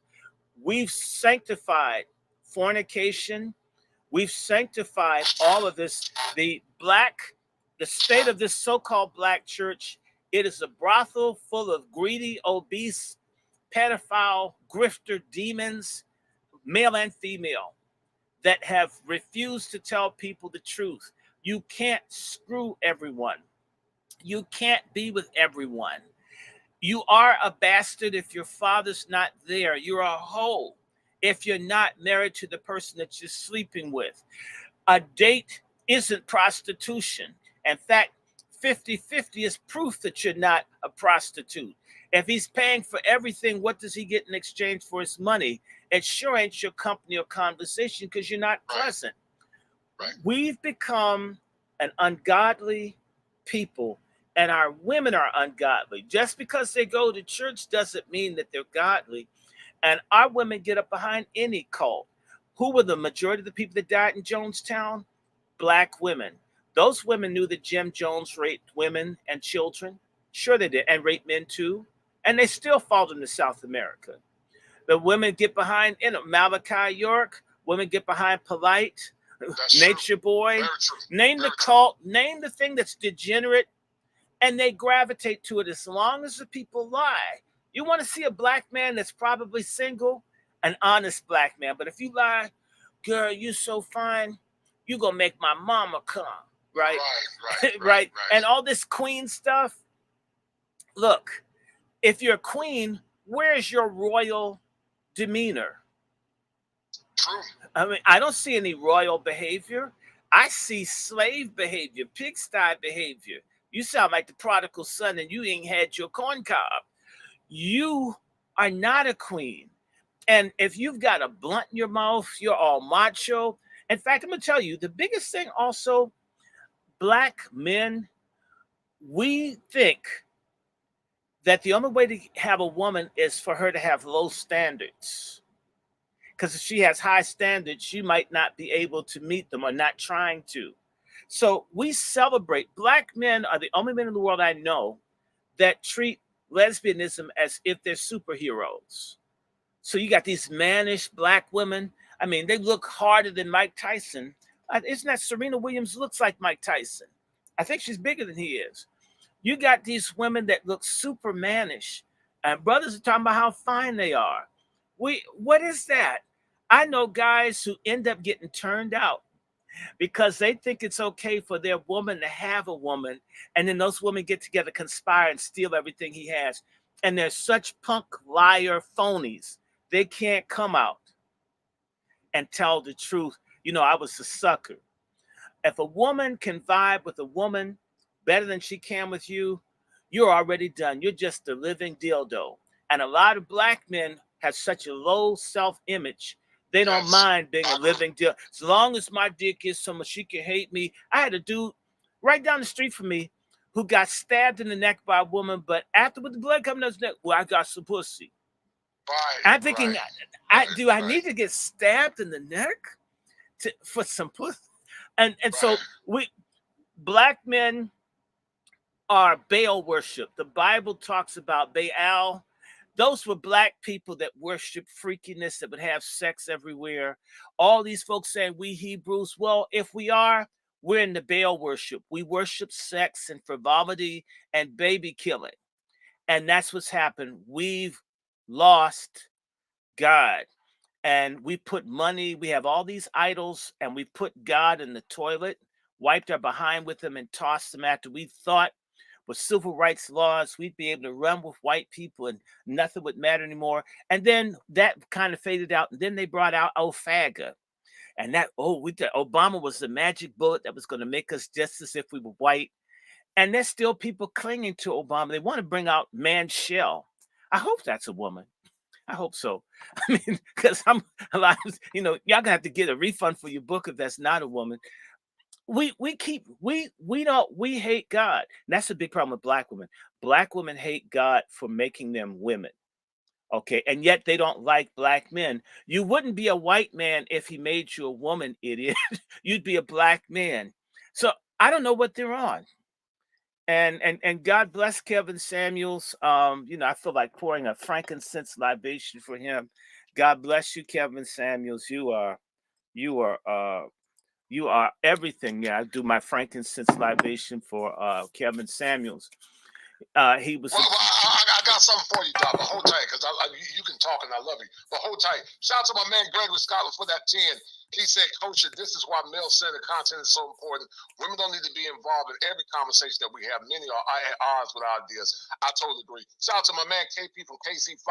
He said, 5 for your mind. He said, salute Coach and Dr. Short. He said, get your Rumble account set up. Doc, you're a very intelligent man. I give it say you want to get some bodyguards, but you speak your mind. and I know you live right up there in D.C. Have there been attacks on you, Dr. Short, for being so vocal? Because you're telling the truth. And like we always say, we ain't gonna agree on every position, but I agree on a lot of things that they say. But where do you get this tenacity from, Doc? The being a caring caller that you are, and doing it unapologetically in a time where people are afraid because of censorship. Because I agree with you 100%. American black men have become, not all, but many have become weak. They don't damn stand for anything. They let women disrespect them. They have the lowest standards, in my opinion. You got women that weigh damn near 400 pounds. Like this woman I showed you a minute ago. When you and I were growing up, you're a little older than me. I'm 52, you're 59. But if a woman thought was ran through back in the day, I'm 58. Like I'll be 59 on Friday. Okay, we'll pick the night on Friday. Yeah, so okay. yeah, tell them to send me something. Kiss me something Okay. for my birthday. Well, listen, God is a very brilliant man. Send Dr. Show love, my he's a brilliant brother. He also you got a book club also, right, Doc? Yes, the Angry Black Men's Book Club. All Absolutely. Right. Go check out his book club and check out his YouTube channel. Tell them the name of your channel, Doc. The Angry Black Men's Book Club, and I also have Salt Ministry LLC, and we're doing our series on God's message to Black Americans. And the last sermon we just did, I don't know if you saw it, but it's Loose Dicks Sink Ships. I don't know what that means, but no, it's saying that we can't put our penises ahead of the fate of our people, and godly men love and should like sex. His first commandment was get yourself some. Didn't he say be fruitful and multiply? That's before you heard thou shalt not kill. He said, Adam, get busy, get yourself some, boy. I made something for you. And he didn't give him a sex doll. He gave him a real woman. So God is pro-sex, but God is anti-promiscuity, anti-sodomy, anti-eugenics. And we as Black men have been diminished in pretending that our manhood comes through our penis, because our manhood comes through God, the creator. You're still a man, because there are a lot of Black men. The reason that we could have told you ain't nothing if you ain't laid up with someone. You know, we're just the opposite. If you travel outside the United States, in the developing world and anywhere else, a woman is nothing who hasn't gotten a man. In America, the Black man is nobody if he doesn't get a woman. And the same racist, supremacist manipulation system tells the woman they don't need a man. So the Black man, he looks bad in front of his male peers because he doesn't have a woman. He can't get the woman. The Black man has been attacked by this matrix, Luciferian matrix of confusion. And the Black man hasn't figured it out. You can break the game. Women ultimately decide who they're going to stay with. We can't buy them. There'll never be enough money. When these women say, I want a millionaire, they're basically saying, you've got to buy this. And yet they'll tell you, I'm not an object and I don't want to be objectified. Garbage. You do want to be objectified when you run around with the price tag on your vagina, letting everybody know what you go for. You've objectified yourself. You've let everybody know that my vagina has a price. When you put a tag on it, you're no longer in it for love. It's like, it's like a future. It's your vagina is your pork belly, and you're throwing it on the open market to see if you can get the price that you want. That isn't love. And we have to bust that. And there are way too many deviant Black men that call themselves players and ballers who've been able to accommodate this promiscuous, wicked HIV, AIDS, and syphilis, and gonorrhea, and chlamydia, and herpes spreading culture that we have. It's unpleasing to God, and it's gotten us to this state. Alongside white racism, supremacy, credit redlining, everything they've done to us, we then murder, kill, rape, infect, destroy, sodomize, molest one another in this culture where we worship the vagina. And that dude's talking about body counts. You know what? The only person that should be happy with the body count is a mortician. It's a pitiful man whose woman has more air miles down there than a 747. You're a pitiful man, okay? And a bunch of Black folks can't have children. They're sterilized from the STDs that they got. Nobody talks about this, because if you start talking about STDs and sterility, a lot of Black women can't have a baby because they've got fallopian tubes that look like Swiss cheese. You had too many people scrape up in there like they're Benihana. Now you can't have a baby now that you met a good man. And now you got women stealing babies and all kinds of stuff. T.D. Jakes' daughter tried to steal a baby. That's something going on right now. You didn't know that? Oh, T.D.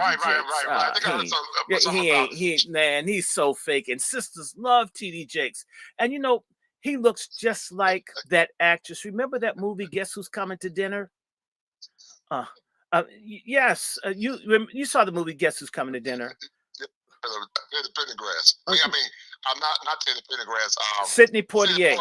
Okay, yeah, and the woman that played Sidney Poitier, B. Richards, I think her name is. TD Jakes looks just like B. Richards from Guess Who's Coming to Dinner.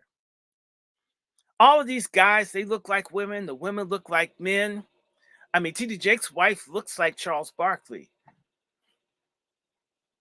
Remember, Sounds like a man, my 2 cents for the $10 super thing. Guys, go support Dr. Short. Dr. Short is a brilliant man, very intelligent. I'm unapologetic in his masculinity. He speaks truth to power, and he's one of the last clarion callers that you saw in me yesterday. You know, Dr. Short, many people love Donald Trump, and I want to get to that because you're a wealth of knowledge. But I want to ask you a couple of questions about Trump. I want to run this clip before you, and then I want to talk about the Kevin sandwich, because one could argue in this loaded question that Marxism is at work in the destruction of the current American fabric. And one also will argue, Dr. Short, that it's been what's called a Hegelian dialectic to bring order out of chaos. One will argue, Dr. Short, this has been brewing for the last problem. I probably say since the inception of the Americas.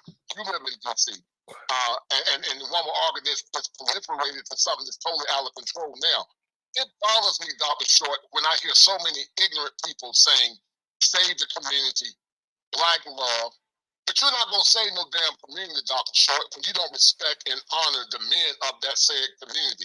It always starts with the head, because the man is the image of God. But you got a lot of folks, Doc, that want, a vibrant black community, but you don't even respect the men. You want men to take bad deals that you're talking about. Chicks that have had a lot of men. And then they want you, Doc, after they had all their fun, they want to shame you, Doc. And like that woman that had 14 kids, they want you to take care of all her children, not some. But Dr. Short, they want you to take care of all. I mean, all her children. Well, sir, I just said, if it's not my cum, I'm not the one. Have the baby with me, or you can go free. I mean, we need to, down at University of North Carolina, Chapel Hill, they have a seed bank, and they guard that seed bank. Your sperm isn't. It's not sand on the beach. You were blessed with sperm. It doesn't belong in every orifice of the same sex or orifice. You need to understand that sex is spiritual, and your sperm is sacred. And what you do is you denigrate the blessing that you're able to create children by throwing that stuff around. Because I'll tell you, one of my side hobbies is genealogy. And if I told you that I can trace my mother's family back on one side to about 900 AD. So it's a good solid 1,000 years. But the reason being, the men were there for their children. And even one of my grandfathers born in the 1300s, who didn't have the same mother as his brothers, the father didn't disown him. I found one bastard in 1,100 years on my mother's father's side, just one, meaning that the men, and even so, he took care of that boy. If I have to do genealogy for other people, I'm working with someone right now where these families are so messed up. You can't, when I look, there are people who don't know their parents. They don't know their grandparents. They may know 4 people in their family. That's the level of barbarism that black people are living in, because you've got brothers and sisters that don't know, sleeping with each other. If you've ever been in certain places in the South, like in the Mississippi Delta, and I have, a lot of black folks have mental issues because they're inbred. They don't even know they're in the projects. You screw on your half sister. They have a different last name, a different mama, same dad. A lot of these black men and women who are reckless and how they have sex with people have created inbred, mentally deficient black children. They're the kind that are slow in school, that commit crimes, that you can't figure stuff out. We're cursed by this. There needs, the same way that people are careful on how they breed horses, we should be thinking about who it is that you put your semen in. I mean, and so the recklessness of it all, that's anarchy. That's why we have a lot of problems. 2 days ago, I was talking to a cousin of mine who I met through Ancestry, where 2 girls were left in foster care because someone didn't want to man up. Now they're 2 dysfunctional women in their 40s because somebody just busted a nut and left. And now if they have children, those children will be messed up. And then she's on doing DNA. I meet people, they can't find any of their family. They've been cut off.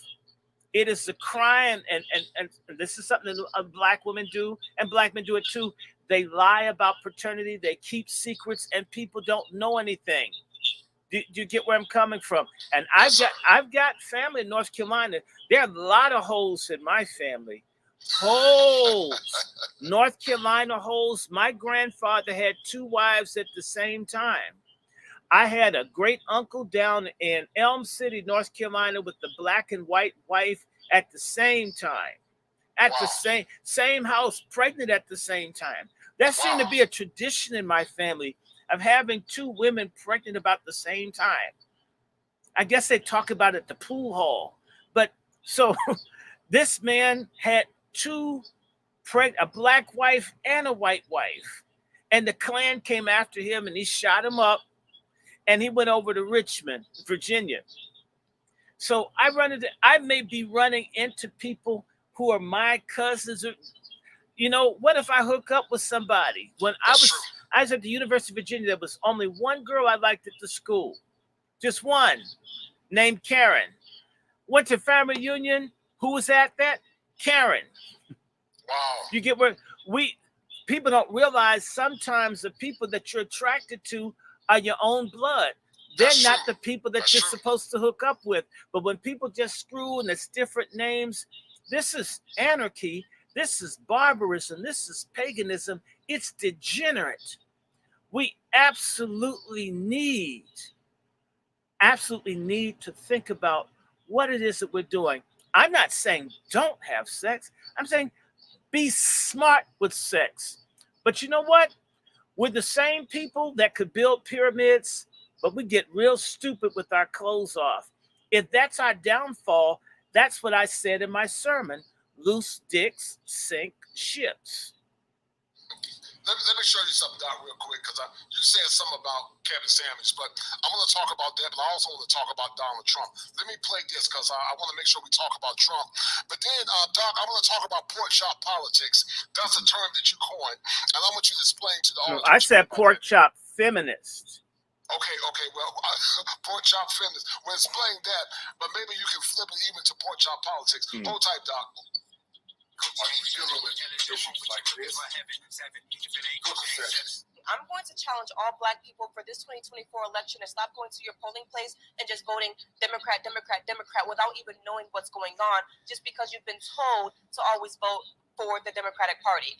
What has the Democratic Party done for us as Black people in the past, 50 years? Even the first Black president, he didn't do for the advancement of Black people in this country whatsoever. Barack Obama did more for the LGBTQ community, more for the gay community, signing laws protecting them and their advancement and their rights than he did for Black people the entire 8 years he was in office. So why are we still sitting up here voting Democrat when they don't do it for us? When we have old white men telling us, you ain't Black if you don't vote for me, but then he goes to the office and does absolutely nothing for Black Americans, but we sit up here and we vote Democrat every single time because we've been told to. As Democrat ain't nothing. Trey Tracks, I think we got one. It's voting season, bruh. Now voting, now loving. Now voting, now touching. Now voting, now nothing. Now voting, now rocking. Now voting, now rocking. Now voting, now loving. Now voting, now touching. Now voting, now nothing. Now voting, now rocking. Now voting, now rocking. BLK app looking for some action. Wanna homie stop what's happening. Faces alive, Abs is a 10, D is a to be determined. Revenge. There's a first for everything, and now I've been name dropped in the chart-topping rap song. Listen. Wow. Shout out to H3J, Benny Johnson, Big Bongino, Alex Jones. Free my dogs and lock up the radical left's gone crazy. I don't bail, I won't see inside a cell. Shout out Thugger, free my slime, slat, YSL. They tryna lock me up, but I'm plugged in ATL. Got homies doing life in jail, they living in hell. These DAs acting silly, my mugshot is worth a billy. So submersion made a milli, shot McMillie out in Philly. Shot the baby, shot the Sosa, Benny Butcher. Them my rollers call me racist, but these rappers riding with me, them my soldiers. Mega, I am not who they are after. I'm just in the way they want to get to you, but I won't let them cold-hearted. No, I'm artist, getting back to where I started. I don't need to do the race, I'ma beat them Rico. For Mayor Trump, and you ain't black. I'm black. I'm black. I'm black. Yes, I'm black. I'm black. I'm black. I'm black. I'm black. I am black. Hmm. I'm black. I'm black. I'm black. Hmm. If you couldn't tell, we're black. I'm black. I'm black. I'm black. In black. I'm black. Joe Biden, man, I'm voting for Trump. Joe Biden, yeah, I'm voting for Trump. Joe Biden, yeah, I'm voting for Trump. Voting for Trump. The whole hood's for Trump. Joe Biden, yeah, I'm voting for Trump. Blacks for Trump. Latinos for Trump. United we stand, and we standing with Trump. Dear white people, will you take our vote? Why the Democrats always try to steal our hope? I'd rather have a president with a mugshot than the president pedophile that we got. I'm sorry, Trump, I ain't vote for you last time. They was hating on you spreading lies last time. Made me relate. Last couple of weeks, what that actually. All right, Doc. You know, a lot of black men are voting for Trump. Blacks are voting for Trump. But hold tight. Shout out to my man, Colin Marshall for the 2. He said when I saw this video, I nearly puked. And shout out once again to all the brothers that come in. But Doc, this goes back to what you were talking about when you talk about degeneracy, and sadly, a large percentage of women that look like us, and some brothers will argue they're not our women, they continue to vote for these policies and these miscreants that go against the greater fabric of our ancestors. When you saw that clip, Doc, and all the machinations associated, what was permeating through your conscience, man? Well, what is interesting to me is that the women's movement and the sodomite movement are allies. If you understand the purpose of the feminist movement is to destroy the patriarchy, Black women have become the spear tip of destroying the family. And in order to destroy the family, you have to destroy the men who are the safeguards of the family. And so they're allied with that same woman. If her man in that video were to have slept with the drag queen that was singing, she would feel betrayed. But her in alliance with him to attack Black men standing up for the community is seen as okay. And all the it underscores for me is that women and men have a different morality structure, which is why men should be in charge. Right. I'll give you an example. You can look around the country. Everywhere that you had a Black political machine led by Black men, Black people benefited when you had Black male leaders. Marion Barry, Coleman Young. You had the guy in Chicago, Harold Washington. When you got those guys, you had Gibson, you had Sharp James. They weren't perfect, but Black folks got tangibles when you had Black male politician, mayoral candidates who got into office. They looked out for Black people. Now that we have Black women as mayors and other positions, show me something tangible that these women deliver to the Black community.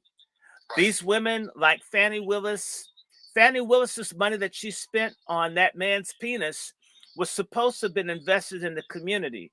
The women take care of themselves. Women tend to be myopic. Yes. They tend to deal with their friends. They tend to look smaller. That's great when you're sewing on a baseball or doing needlepoint. There's a lot of stuff that women are great. Micromanaging stuff, it's wonderful. Men can't compete with them in that, and we shouldn't. Right. But there's certain things like women don't build bridges, women don't dig coal mines, women don't build roads, women don't build skyscrapers. There are things that men do that are the superstructure of society, and women might, you'll get a freak here or there, but most women aren't there. And it's the same thing with the political structure. Let me tell you something. Who were the people that began to put laws in place for the empowerment of women in the United States? If you're not aware, it's black men, many of them ex-slaves that got into the Reconstruction governments in the South. Black men were the ones that put all women on the agenda. It wasn't white men. When black women get into power and politics, you know what they look out for? They look out for women. It's interesting. Black men looked out for black women and black men, black children, and then other people. Right, and right, black right, women thought right. about themselves. Right. And I'm sorry. I have worked on many a campaign for women candidates. Okay, mostly female. And I no longer need to do this anymore. I don't have to apologize to anyone. Now when I see a woman that's in politics, I don't trust. The same way women don't vote for women. Women that know women well never vote for women candidates. They don't. Women will not vote for women. Most white women voted for Trump in both elections. It is black women that vote against their own people. There's no other group of women that do that. There's no other group of women that would tolerate the Democratic Party constantly praising them as a demographic and ignoring their brothers. Latino women don't do that. And let's just do this, because I don't care what a lot of black women say. A lot of black women are going to die old and alone and unwanted, and thank God for it. Latino women get trafficked, raped. They have the little rape trees down in Texas where they get gang raped. And you'll never hear Latino women trash Latino men collectively. Right. And they get treated horribly.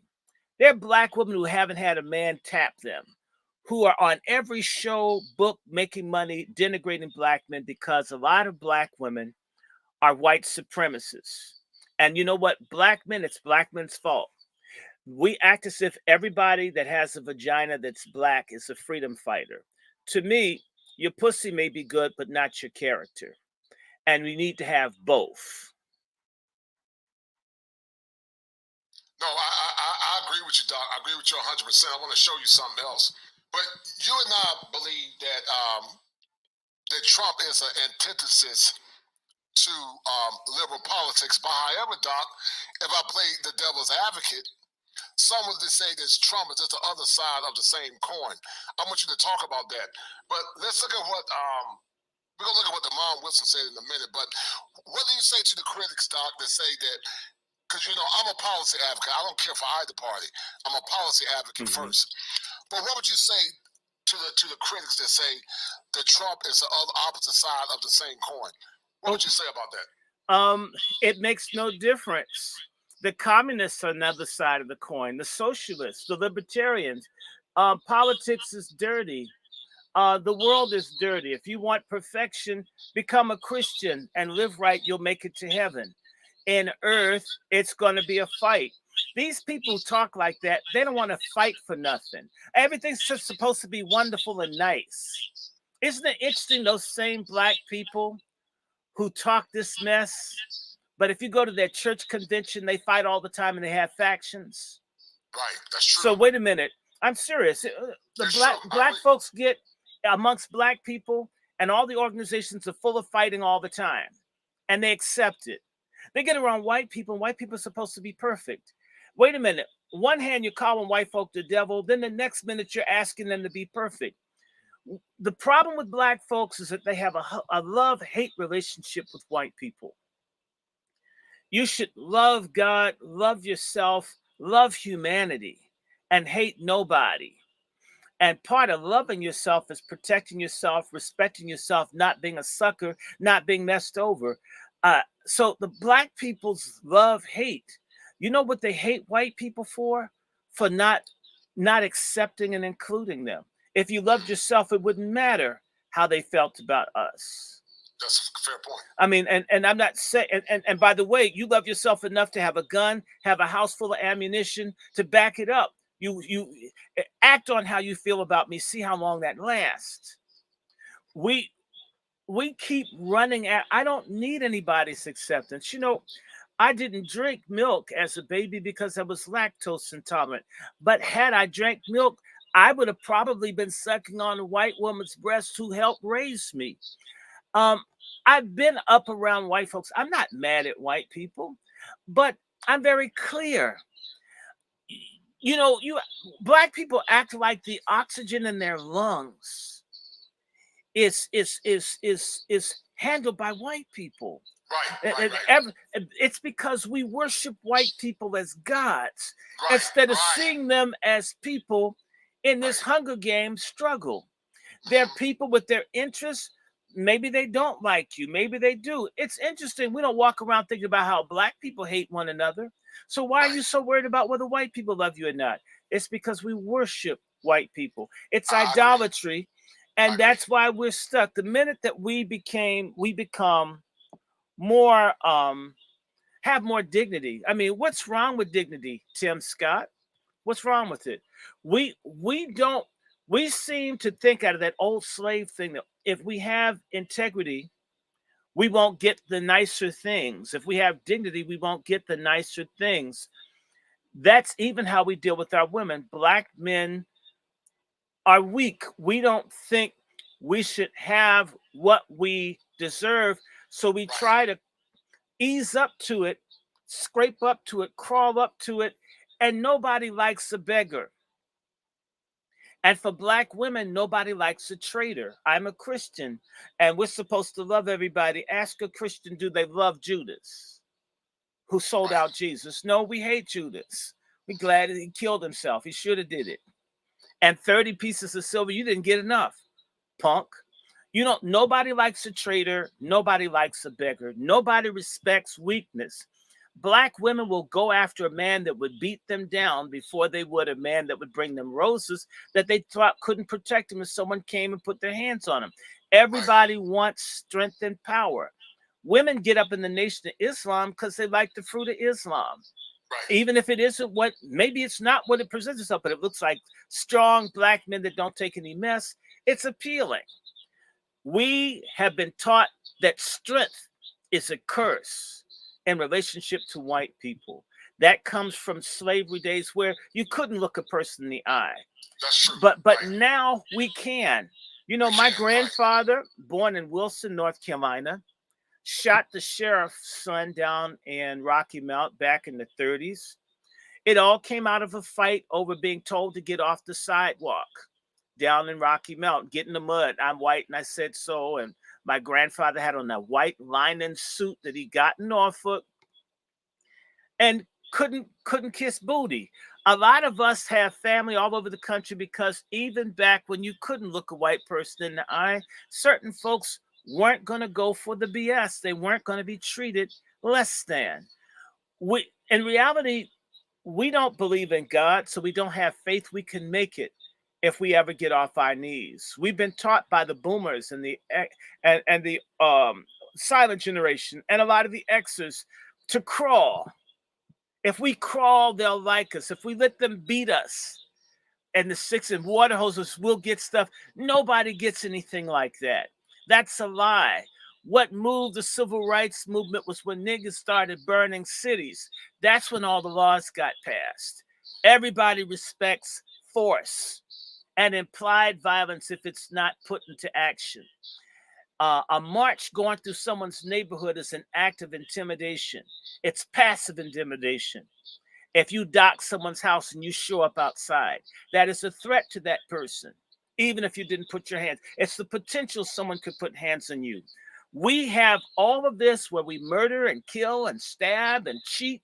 We do that to self, and yet we won't employ the same things we do to each other for nothing in return. We won't even get out there and scrump and fight for our community. Proof of that is what I call the Congressional Black Circus. We've got close to 60 black people in Congress, and we don't have a damn thing to show for it. They don't fight for nothing. We got those 2 girls blown up in Syria, and there are probably dozens more blacks injured from those bombs that the Iraqi radicals fired. Notice that we don't see pictures of all these people that have been injured since October. I bet they're all black. Why hasn't anybody asked? And your congressman, the ex one, Butterfield, the one who looked like the Frito Bandito with no sombrero. Yeah, I said it. He does look like the Frito Bandito. None of these people, nobody black is asking. Do you realize 50 years ago, the Congressional Black Caucus would have checked out to see if any more of our children had been hurt?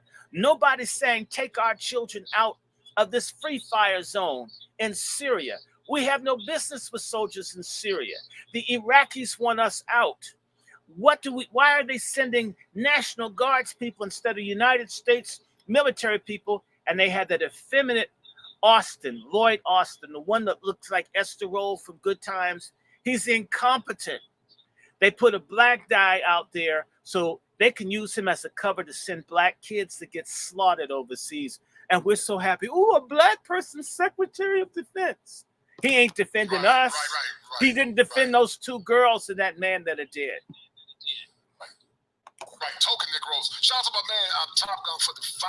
He said, "Who hurt you, Silky Black?" Salute to everyone in the chat. You may proceed. Shout out to that good brother. You know, Doc, you talking about pork chop feminism. Let's talk about it. Pork chop feminism and DC politics or politics. What's wrong with both of those 2 questions, Doc? Well, pork chop feminism is my way of describing how black women have taken white radical lesbian feminism and applied it to the black community. And black men have been made the oppressors of humankind. Black men have to be punished, as if black men had all the money and the power and had dispossessed women.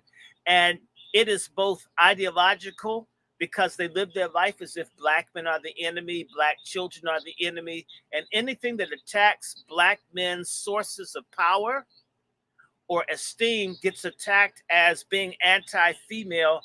And yet those same women bitch and complain about the absence of things that men did do when we had the patriarchy intact.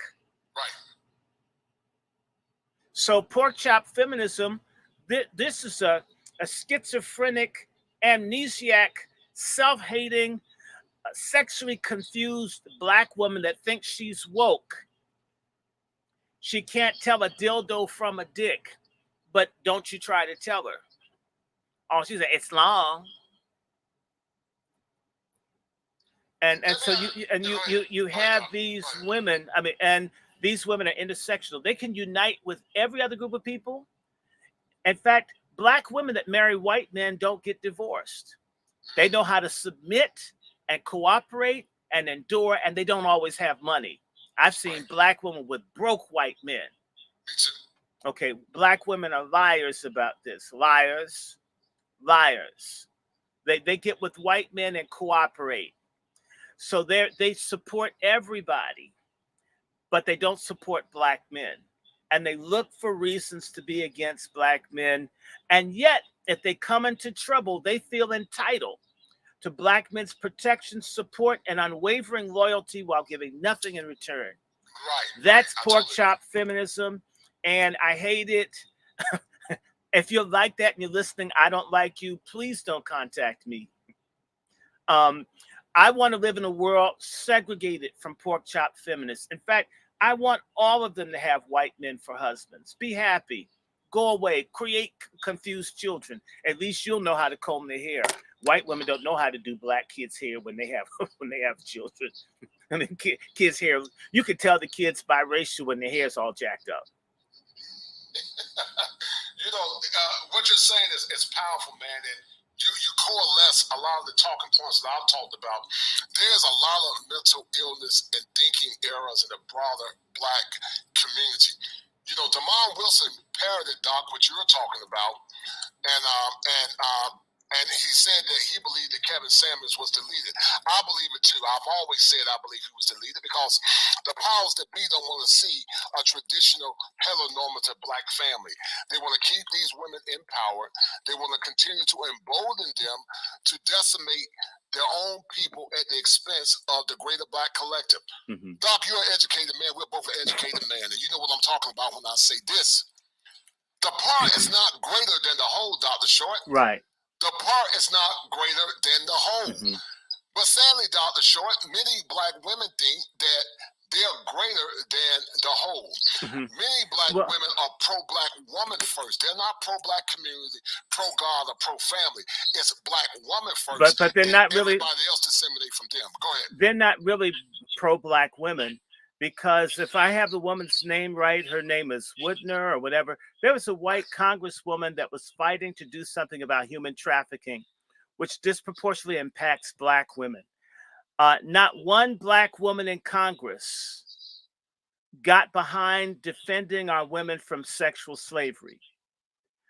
Black women that get elected don't do anything for women. They're not. Okay. Those women typically come out to attack Black men. When you see a Black woman in HR jobs, normally they're there to keep Black men out of jobs. They give them jobs to everybody but Black men. Prove how professional they are. I've experienced it. I have too. No, don't tell me. Black women are not for Black women. They're for themselves. Right. That's why they put them there. The real Black women, and I want to shout out to the Wazis. That means for me, warrior sisters. The Ida B. Wells sisters, the Wazis. Wazi babies, love you, Wazis. All my Wazis out there, Sister Scales is a Wazi. Wazis, those are our sisters. Pork chop feminist studs are enemies. They're Benedict Arnold with the vagina. But you know what? Those same women that say the part's greater than the whole are backed up by the men I call fagonists. Black men refuse to check Black women because they want sexual favors from them. Yes, sir. Okay, right. So it's this Black men are at fault. We're not leading. We haven't told someone your vagina doesn't make you better than me. It makes you compatible with me, not better than. That's right. and I blame Black men. When are Black men going to stop being beggars? I will have a Black family regardless of who I have intercourse with to procreate. If it's an Eskimo, as long as it's human, my family will be Black. I am not restricted by pork chop feminism. I marry who the hell I want to, who's going to submit to me and cooperate with me. I agree 100%, okay, brother. I'm not running after Miss Ann because Black men's marriages to white women fail too. Right. It's just, but Black women really want to be with white men. And that's a big part of the thing. And we need to force it out that Black women suffer from aesthetic racism. A lot of, when you tell them that they're a queen, but you're putting them with the man who's at the bottom of the heap, that's a contradiction. In order to be a queen, I need to be at the top. That's why you'll see far more Black women wearing wigs, blonde wigs, and you'll see Black men. Black women aspire to be at the top. Black women want to be with the power men, and that's not Black men. So Black women take Black men for granted. They're disloyal, and most, yes, you are. I don't care if you don't like it. You're disloyal, and it's Black men's fault. We haven't created a system of sanctions. For example, there is a Somali woman. She's over in Europe somewhere. I'm not disagreeing with what she said, but she came out against Somali society. Those Somali men have shut her down. She can't go in Somali areas. If a Black woman like Oprah Winfrey or Gayle King or trash Black men, most Black men, if she has a decent sized buttocks or a face that, couldn't double as a Halloween mask, and there's a possibility that she's available for someone to sleep with, they will give her a pass. That's because Black men have low morals, low value, low character, low self-image, and therefore accept the same inferior traits in the women that they get with. If black men elevate how they see and do things, the same way snakes don't survive at high altitudes, pork chop feminists can't survive being in the presence of liberated, thinking, conscious, black, patriarchal men of courage. I agree. They won't. So the real problem is black men have been down too long, and black men need to stop knocking each other down. You know, I traveled a little bit, and I want to travel again. Men in other communities cooperate more. Black men have a very high level of catty, feminine energy where they hate Yes. and tear into and are against each other all the time. And it's Yes. interesting. It's interesting. Every year all over the country, what is the largest annual multi-city gathering of black men around the country? What is it? I don't know. Black Gay Pride Month. Mm. Why is it that black men who eat doo-doo, who swallow semen, who like getting their behinds blown out, okay, who wear nipple rings, how come they can come together across the country and network around sodomy, and heterosexual black men can't do anything? It seems as if the man that sucks dick acts more like a man who gets pussy. Why is it that black men that are unnaturally sexually attracted, able to do things at least like men do, get laws and things, policies around queer stuff? Yes, they do. And straight black men have not come together to stake a common cause for their good women and children. And that's because most black men, even when they're straight, hate the next black man. It's interesting. If he's gay, you don't like him. If he's bi, you don't like him. If he's straight, you're jealous and envious of him too. Right. The greatest hatred in our community is not black women against black men. It's black men hating other black men. I That totally is the agree. greatest I hatred. totally agree. I agree. Black women would I agree. change tomorrow if black I agree. men would change. Black men must stop the Civil War. We must give each other amnesty and stop being bitches. Stop acting like the world's going to run out of pussy. Stop hating a man for being straight. Be glad he doesn't want it in your jaws or in your behind. Be glad. Why can't we be happy for each other? Every other group of men in the world can come together and have common cause. This is why we're in the situation that we're in. We're the bitches. The women are just being macho. I agree with you 1,000,000%, and you're correct. A lot of it is a state of arrested development. A lot of it, dog, they were raised by the mammoths, so they think like women. In the clinical and world, act like women, and right. and have the killing ability of men. That's why we have so much violence. Right. But that's what we call simps. And also, Doc, they over-identify through a concept called introjection. They introject, then they identify, and they internalize, then they identify, and they project their anger towards other men. Shout out to my man Gregory Scotland for the 5. Hold tight. He said, Gregory Scotland said this. He said that women like such as Michelle Wallace, Bell Hooks, and Alice Walker, and Barbara Smith did great damage to the black community with their rights. I agree 100%. And then also shout out to the International Quiet Storm for the $20 super chat. Guys, go support Dr. Short.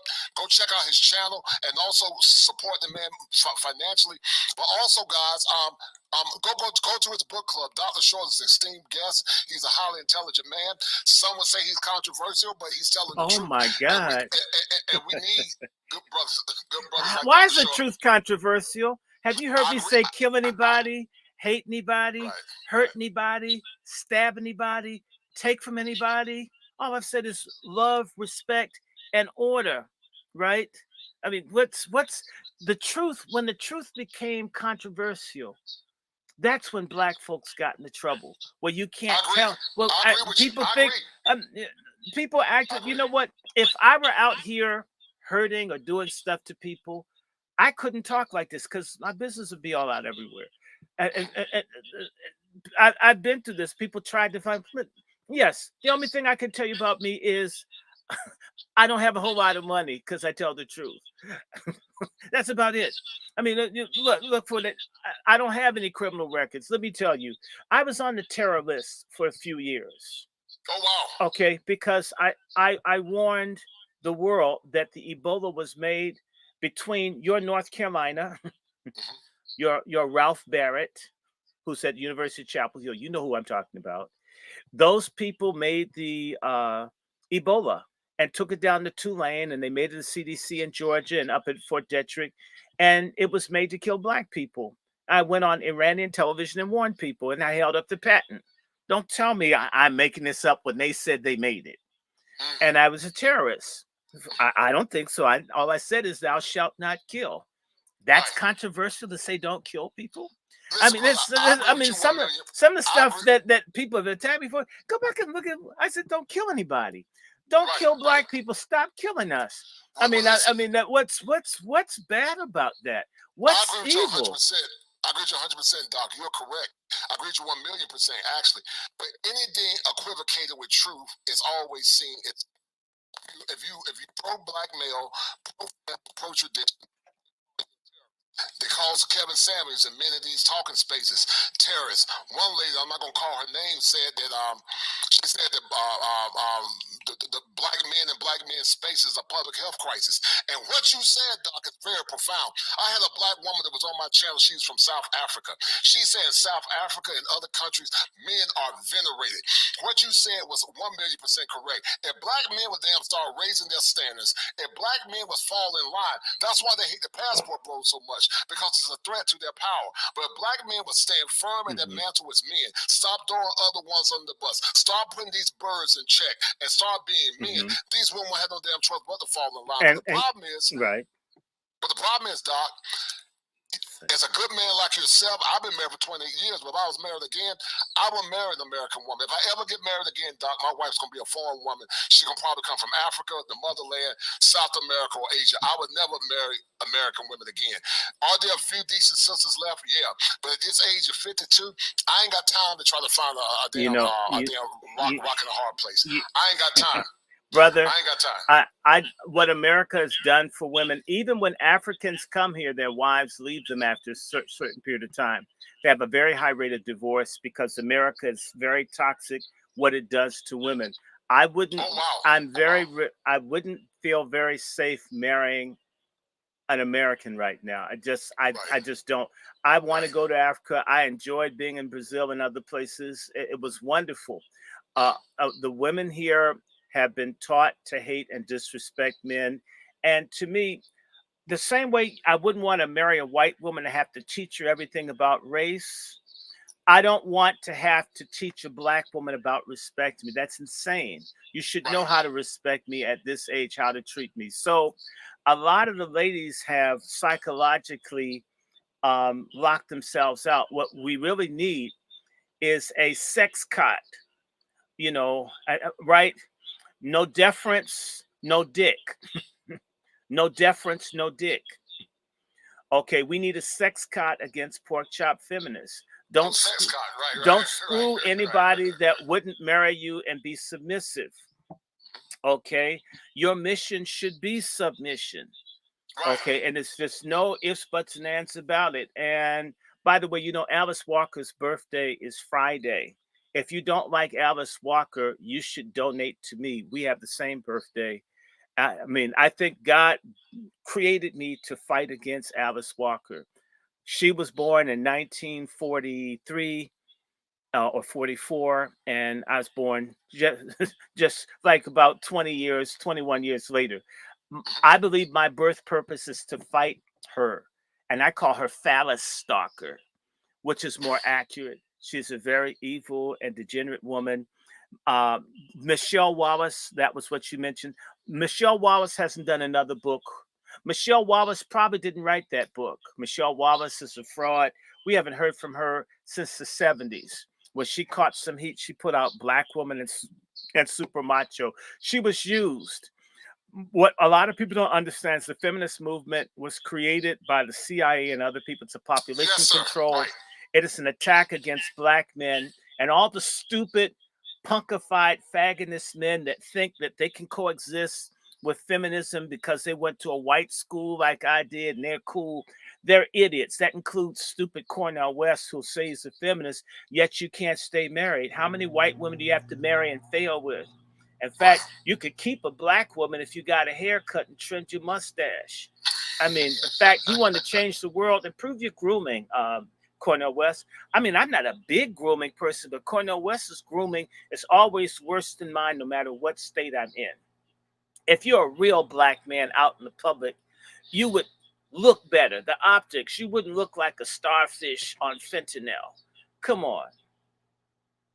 No doubt. Shout out to my man, the International Quiet Storm. He said for tonight's therapy session, support black male media. I'm traveling, quietly listening, but I will continue to support those who fight for me. And the Quiet Storm, that's a deal right there, and I appreciate it. As you are the number one sponsor of stream, you and Great Scholar. But okay.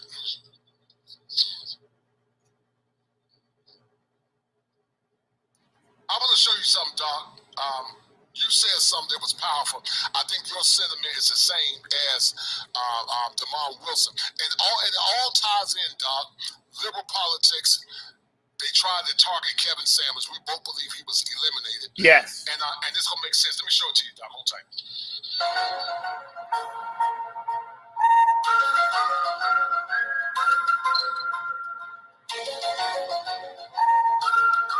Wow.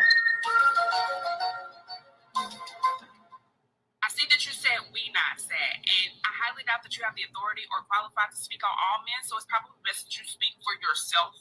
And you are sad, and I want you to know that it's absolutely okay. You're allowed to be sad. You can even cry. It's okay. I won't tell nobody. What you and a lot of unevolved men who were all up his ass failed to realize is that he supported a patriarchal system that oppressed women and oppressed men. Patriarchy is but good. y'all don't like to see the whole picture. You just like to look at the parts that make you feel more egotistical and more superior. Just like men don't like to be categorized with men that are nothing alike, women don't like to be categorized with women that they're nothing alike. And no two women on this earth are the same. Meanwhile, men who march to this patriarchal tune are more like carbon copies of each other than we are. Me asking who's going to run the He-Man Woman Haters Club now is mocking y'all, not him. He mocked our entire existence. So the point is, without his delusional guidance, now you have to process your own emotions and think for yourselves. Godspeed. This man was a hypocrite, in my honest opinion. He really was. I didn't find anything about him to be healing. He insulted African-American women on a consistent basis.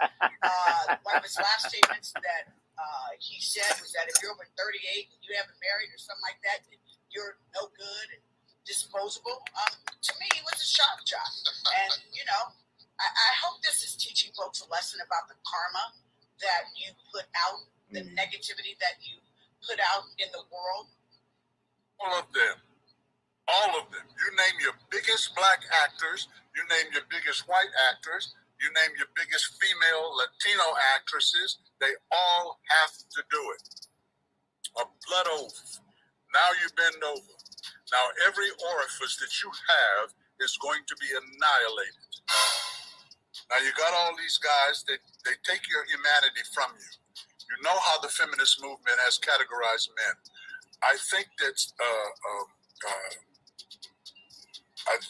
what was his name?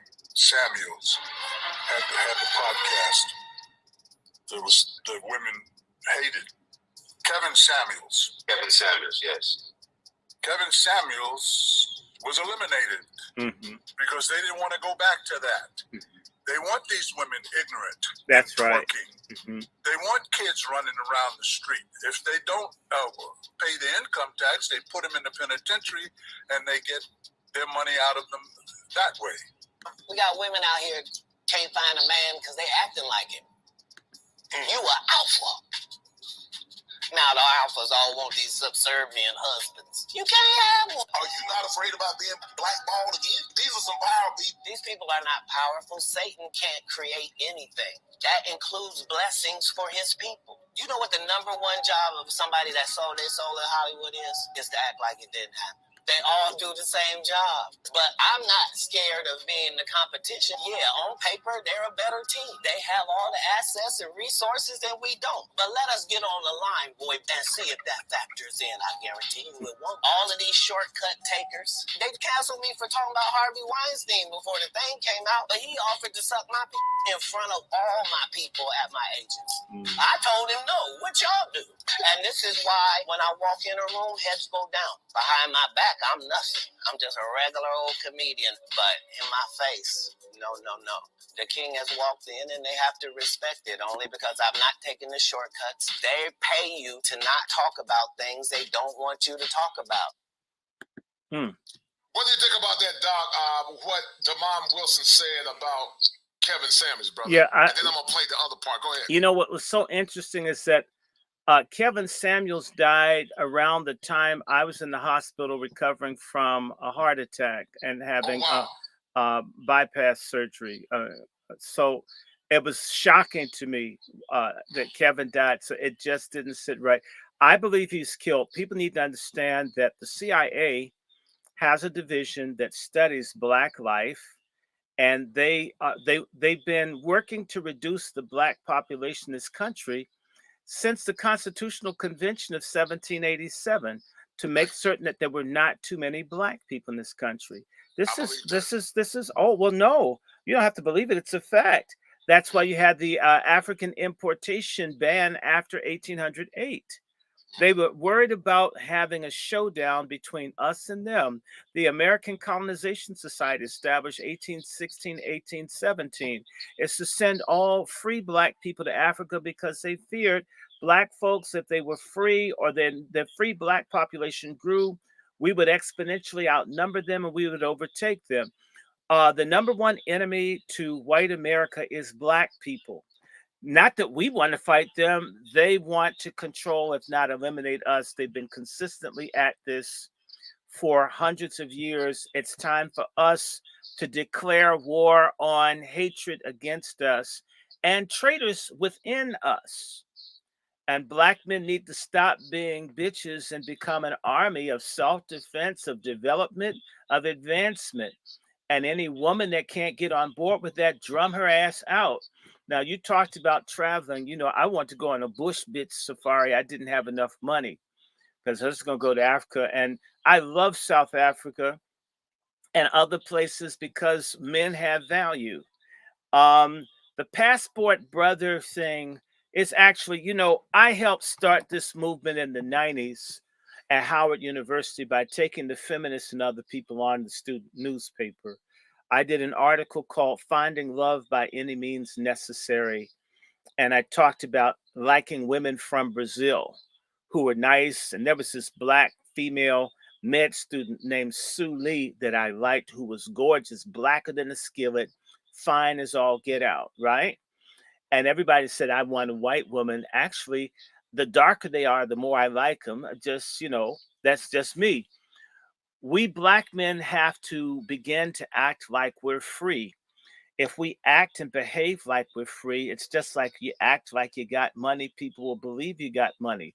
As long as Black men act powerless, as long as Black men act like, oh, the world's going to run out of pussy and the ugliest, fattest, greasiest, nastiest, most degenerate Black woman as the only person that can rescue you, then you put their price up.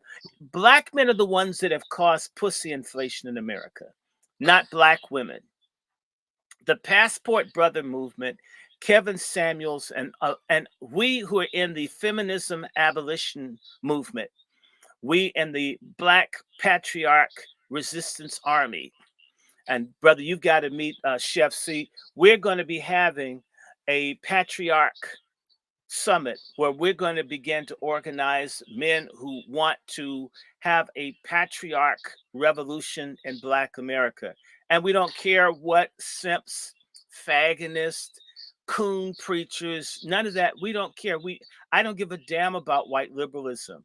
It doesn't mean anything to me. You don't pay my student loans. You don't pay my bills. I don't give a damn about you. There's nothing tangible that the people who criticize us think, so we don't have to care what they think. I don't give a damn. I don't live for them. You know, there was a white guy named Doug who had a nice show in Delaware. And he had me on because I'm one of the people that helped start the movement to fight against the depot shot, which sterilizes and destroys black women. And then the women that take it. But it's targeted towards black women, and it contributes to AIDS and all this other kind of stuff. And this little white broad called up. I was doing an interview like I'm doing with you. And I basically answered people's questions the way I'm answering yours. And the white lady got upset and I says, ma'am, you seem to have a problem. I bet you think you're a Christian, but if you were a real Christian, you would believe honestly that it's my job to please God, not white people. You guys can't be God because they sell toilet paper in the stores out where you live. In fact, in bigger bundles in the neighborhood I live in. So the fact that I please God is enough for me. I couldn't care a damn about how you feel.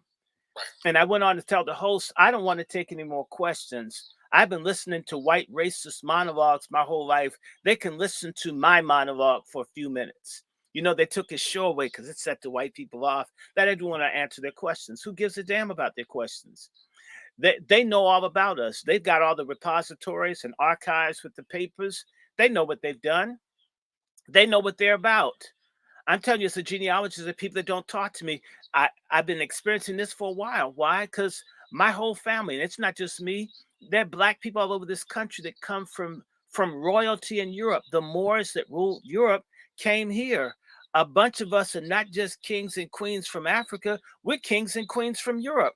They stopped talking to you. Why? Because they're not sharing the land and all that I should get because I'm in the family. That's a whole bunch of us. Why do you think Colin Powell got to be so high? Do you know Colin Powell comes from British royalty? I didn't know that. Okay, so you know Colin Powell and I are in the same family. Wow. Obama, all of us are related to King Henry II of England. There are a whole bunch of us here. So we're not just kings and queens from, we're kings and queens from everywhere. We shouldn't be walking with our heads down.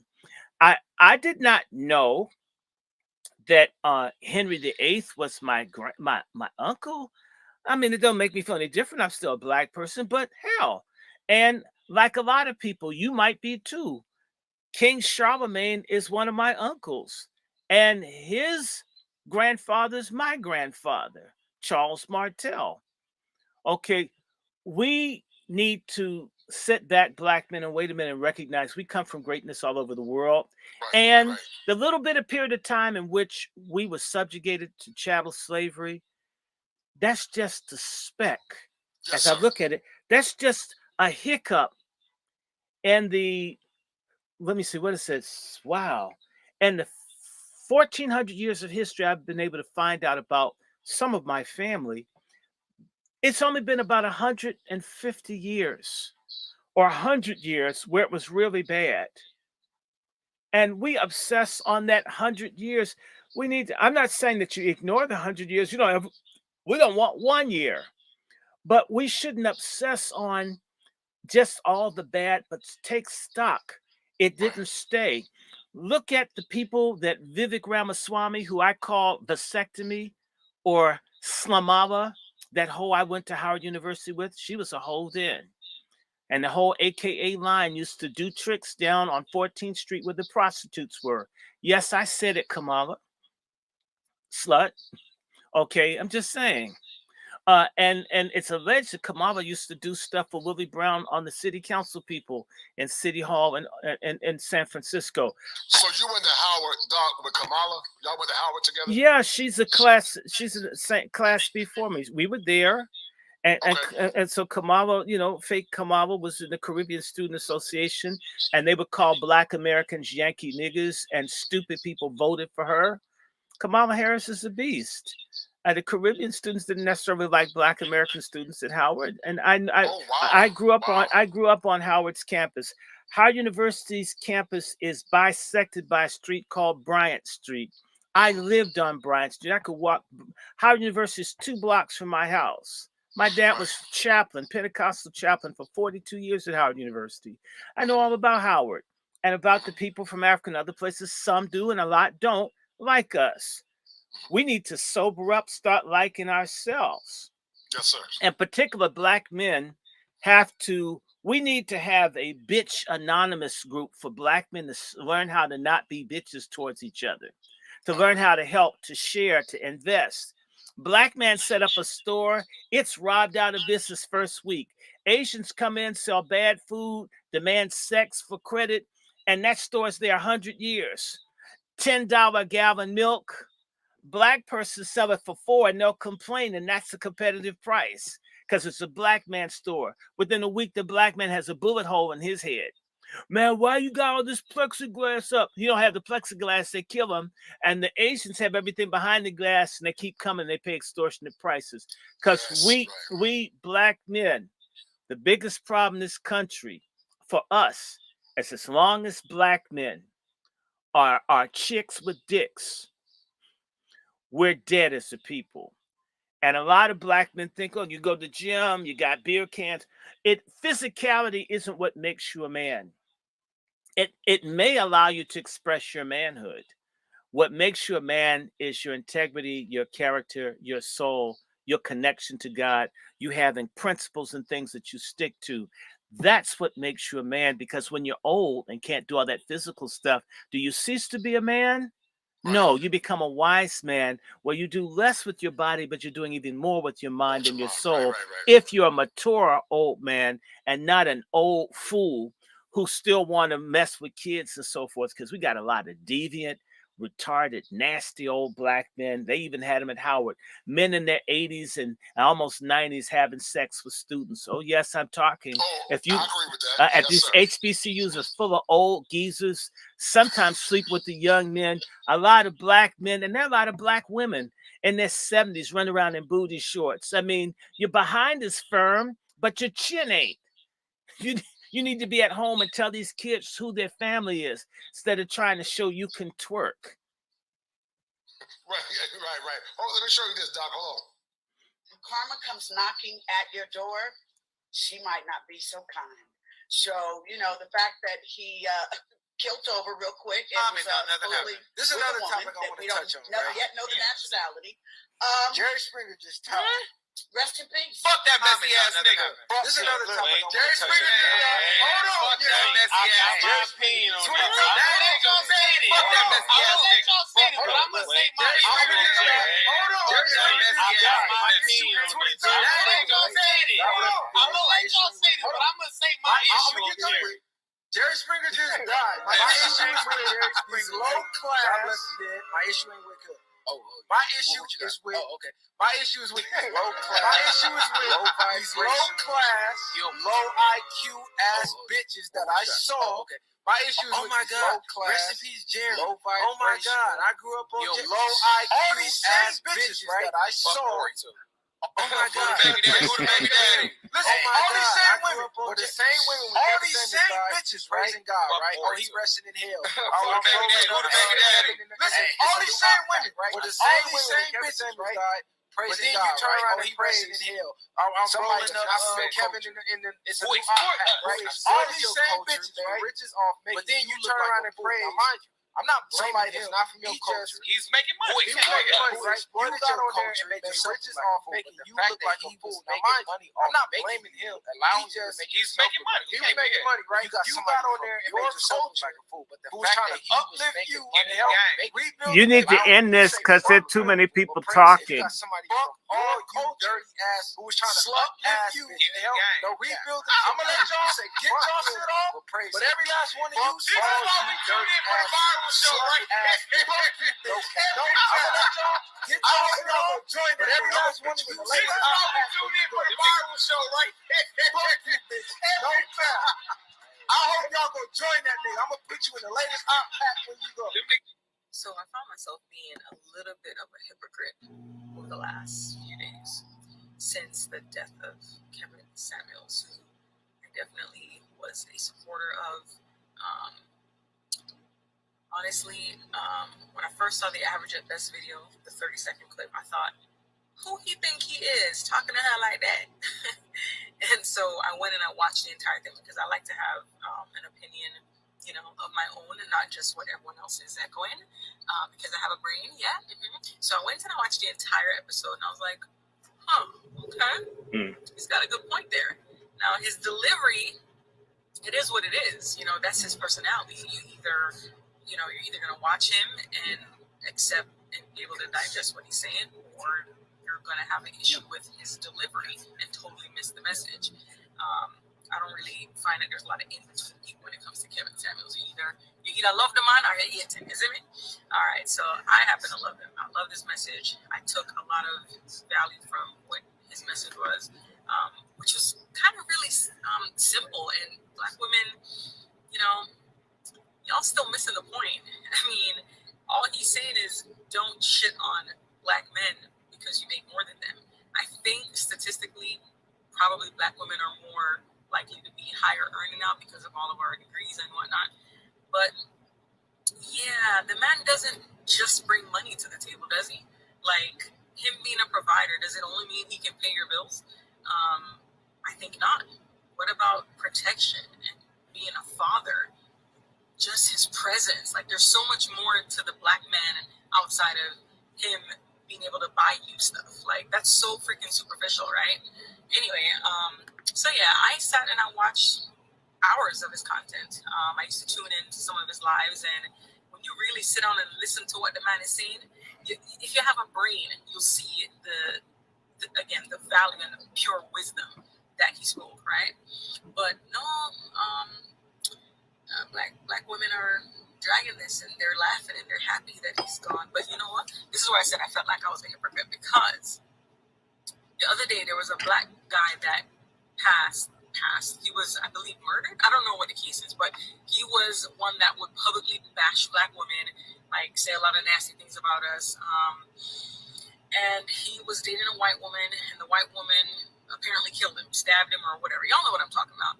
When that sucker died, like, I remember being one online that I would chime in, and I jumped into the memes, and I was like, okay, next, so what y'all having for dinner? Like, I gave no F's, right? I didn't care, because this man clearly hated me. He hated his mama. So why should I care that he's gone, you know?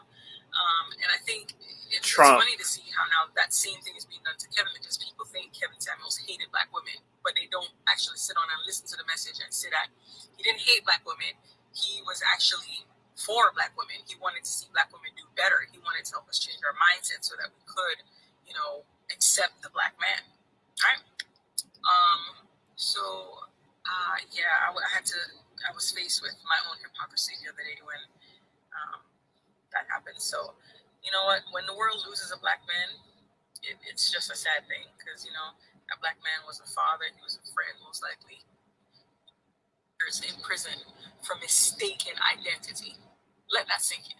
Doug, when you saw all the vitriol and the murder of Kevin, well, you know, I don't want to say that word, but deletion of Kevin, and so many women celebrated. Can you hear me? No, I was making the Kevin Samuels cross for We Patriarchs. Okay, gotcha. So that suggests when you say his name, he was so holy to the patriarchal movement. You come down like this, you go up, and you're forming a K. So you form a Samuel's cross out of respect for that great human being. In fact, so it says Kevin Samuels is a patron saint of the Black Patriarch movement. And we hope that we are able as disciples to let people know that Kevin Samuels lives. He lives, and he lives. Kevin Samuels is going to live. We're never going to let them destroy the Godfather. When they danced on his grave, they unleashed a revolutionary movement against feminism that actually, it was like when Jesus was crucified and he rose again.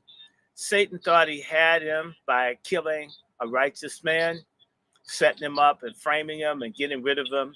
And instead, it made it more powerful. It made more people. I mean, it's stronger now than when he was alive.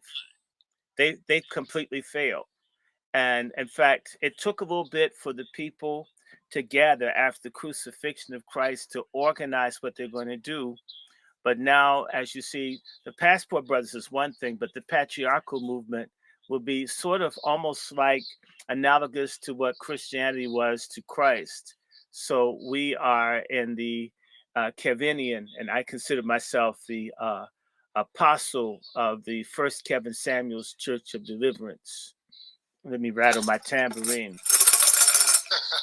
You talked about the passport bro movement, and it's galvanized a lot of men. One of the things a lot of these modern women don't want, Doc, is that they don't want men to be awakened. They want them to take bad deals, bad women, bad attitudes, old obesity. pussy. Yeah, right. All for the sake of used box. What's your take on the passport bro movement, Doc, and how it's empowered black men to get better outcomes? Well, I'm gonna give the downside first, and then I'll give the up. There is a problem if the men go abroad with the simp, fagonist, dick whore mindset of running, trying to screw everybody. Then those men are going to get killed, and they're going to ruin the brand of Black American men. Yes, so sir.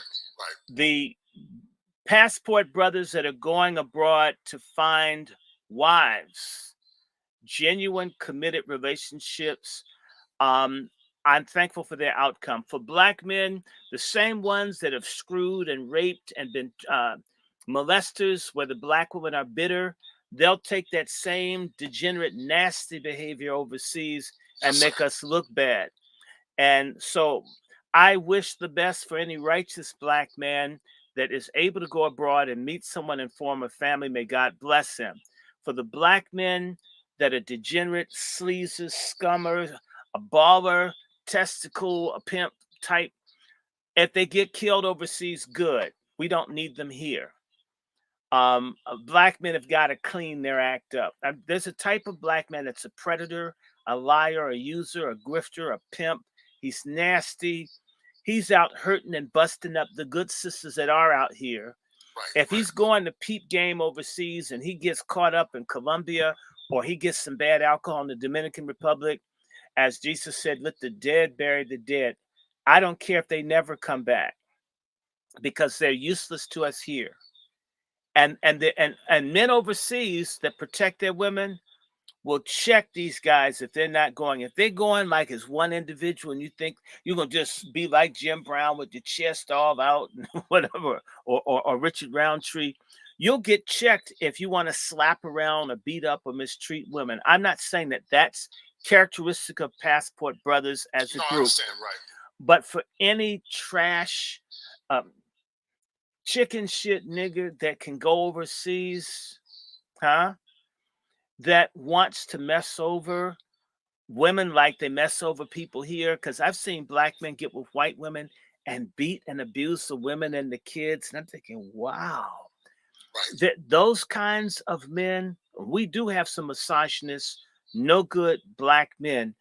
I hope they get checked by the women and the people overseas. I hope they don't get back, because eventually those kind are going.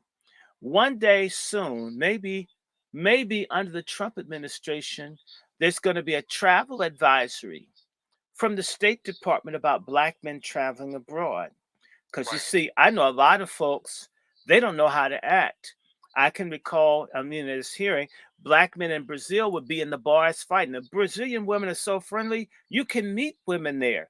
These men are so into this pussy shortage thing and this brother effer mindset, where I'm against they see, in fact, a lot of Black men are very, very faggoty. They see a man with a nice looking woman and they're mean mugging him, jealous. What are you mad about? Right. Do you want him? I mean, let him be. I'm happy if I see a man and woman together enjoying each other, even if I'm by myself. Yes, sir. Same here. Those envious, jealous, backstabbing Black dudes, they were down in Brazil getting into fights with people. People couldn't figure out, what are they fighting over pussy for? So a lot of Black men, they're like women. There's never enough for two. These kinds of men are going to be eliminated by this new process. So it's a good day. There's going to be a reduction in sorry Black men, because if they go over to another environment, they're going to get cut down. And the good Black guy, there was a guy, I think his name is Lanre, had a really good student, nice brother, well dressed, everything. And I could see none of the girls would even like spit on him. I ran into him at a Palestinian owned restaurant and I saw him with this good looking sister. And I said, "She's a foreigner, isn't she?" And he said, "Yeah." I says, "I knew." And I says, "It's not that you're not a good looking, smart brother. The black girls didn't respect him, but he had a fine, good looking, and I've seen this with several type black men just as good as him. So black women have had basically what they call in unions closed shop, or they've had a vaginal uh, embargo where black men were stuck with what the worst that black women were willing to give us. In fact, black women have done to black men what white men have done to black men, where basically you had to take whatever they did. This passport brother thing has shattered this mindset that I've got to go with this fat greasy thing with all these other kids.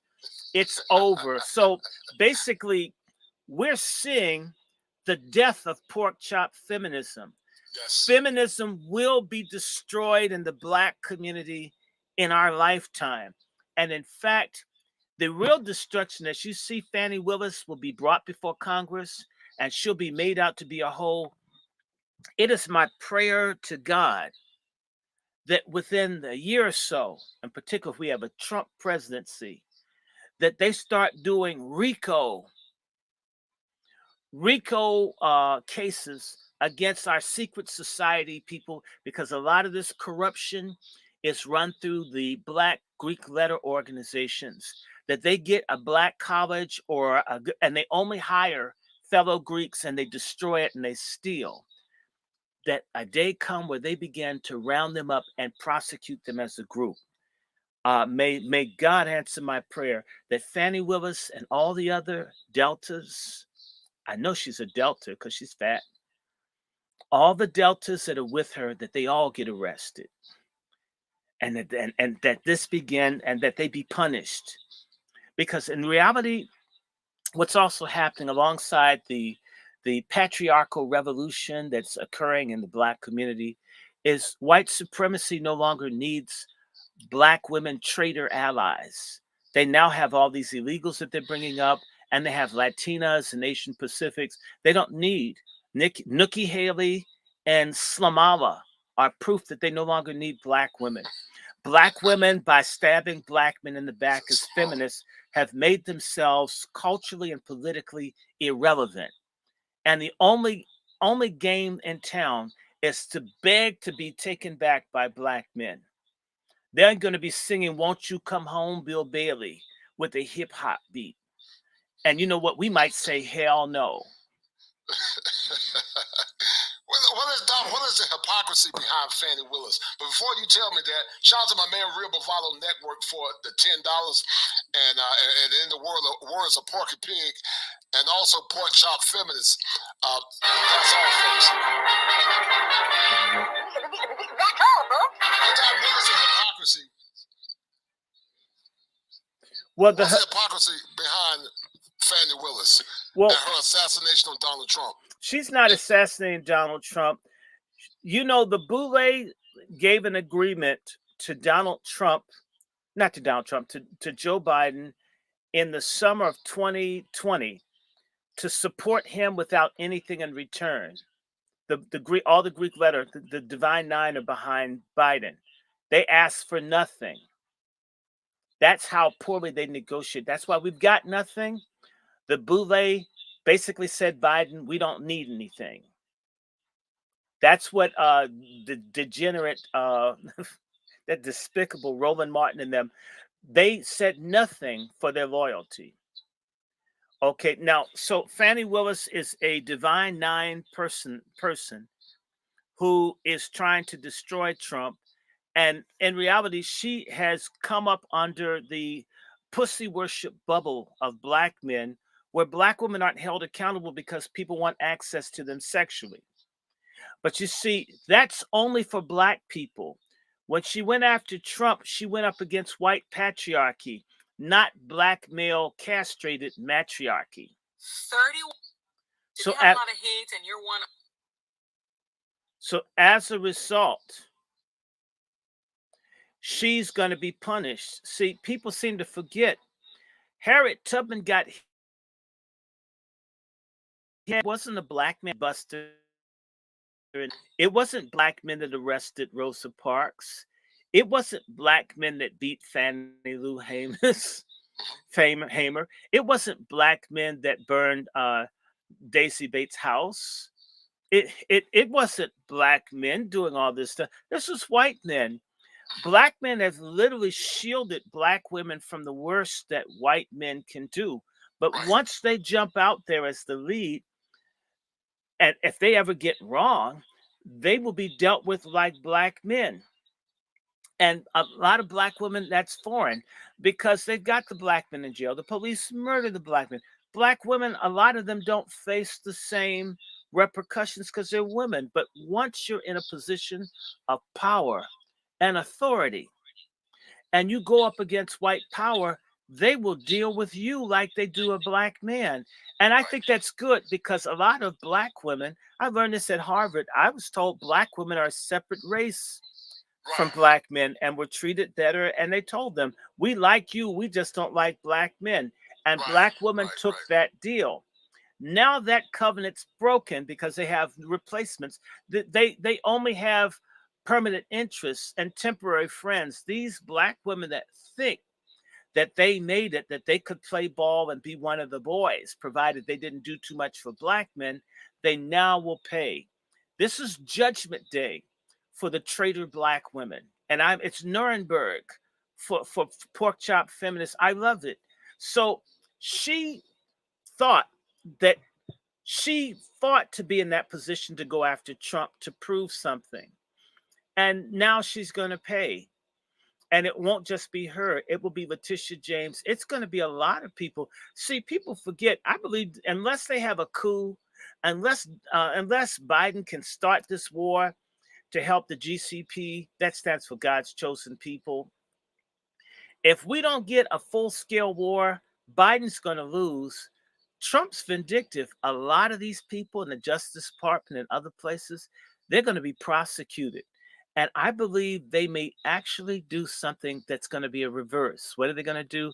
They may get black American first men and put them in and have black men prosecute these off-code traitor sisters. Not only that, Project 2025, it's this whole welfare reform thing that these people want to do. They're about to knock the legs off the table of black female rebellion that I don't need no man, because you're not going to be able to get Section 8 or SNAP or WIC or any of that unless you're with the man. And you're going to have to find a viable man with a real marriage to get it. And you know what? It's not going to be me. I ain't married. It's going to be so interesting. There's going to be weeping and gnashing of teeth. It's going to be an earned punishment. So Fannie Willis is going to be a high-profile example of the execution of white male retaliatory justice. And Donald Trump will be singing like we do in the Pentecostal church. Satan thought he had me, but I got away. Dr. Shaw, I don't know if you have any children, man. I wish. I don't, but I hope to. Even at this, you know what? It's everything's still working, and if they're 30 years younger, that's cool too. And I had some sister question me: "Is my dick my choice?" Let me ask you a question, Doc. If your son was a young man living in America, what would you tell your son about American women and what to look out for? My son, knowing what I know, because I first went to Brazil in my 20s, my son would not marry any woman that came from a broken home, a matriarchal family system. In fact, I would frown on them marrying an American. If things are like they are now, I would take my son as early as 7 and 8 and maybe have him in an international school so he has options. By the way, sir, my mother told me in 1969 she didn't want me to marry these young women that she saw. My mother told me that these women were betraying the black community. My mother told me this. Wow. By not raising their daughters to be ladies, to be wives, to be helpmates. And my mother told me, don't ever feel like you have to marry a black woman for me to accept her. I could barely talk. I still remember it. But my mother told me, don't be surprised, son. They're not going to appreciate you. Don't worry. You don't have to waste your time on them. That's what my mother told me over 50 years ago. I thought that was, what is she telling me this? I can barely play. But she told me. I would tell my son, I personally, at the top of the list of people I don't want you to marry would be an American white woman. Absolutely not. We'd have to really work on a black American woman. In fact, if a black American woman doesn't completely love her father, run away from her like your Richard Pryor on fire after his his freebase went bad. Run away from any woman that does not worship her father. I think that was great advice. What role did your father have in your life, Dr. Short? Well, my father was here the whole time, and my father and mother met at a gospel concert that my father had for his singing group called the Faith Brothers, and the lead singers were David Hood and my cousin Frankie Gay, younger brother of Marvin Gaye, were the lead singers for the group. My father and mother met in 1956, married in 1961, right? And so my father and mother, they married. They're the only people that they knew, and they were together basically 60 years. My father's deceased. So it's safe to say your father was influential. Yeah, I mean, of course. My father was a good person. My father's a very good person. My father was a minister. My father was a decent person. My father wasn't caught up in this macho garbage. My father was honest with us about incest and pedophilia and all this other garbage out here. And my father didn't like feminism and so forth. And so my father warned us about things. And not everybody listens. My deceased brother didn't listen. So he married a pork chop feminist. He died young at 53. Wow. Yeah, and terrible wife. And I don't speak to her. I don't care. Tell her I said it. What do you say, Doc, to those that are optimists? You know, I grew up in a Pentecostal church like you did, Doc, and there was a man by the name of Bishop Charles E. Williams. And Bishop Charles E. Williams said there was a difference between that's what's clean. And these are the words of the great Bishop Charles E. Williams. Hold tight. Between clean and unclean, put a difference between the holy and unholy. Y'all ain't gonna talk to me. There's a difference between a dog and a cat. There's a difference between a sheep and a goat. There's a difference between a son of the devil and a son of God. Y'all ain't gonna talk to me. Well, I agree, but you know, it's a part of degenerate black culture is that there's no separation between sacred and profane, right?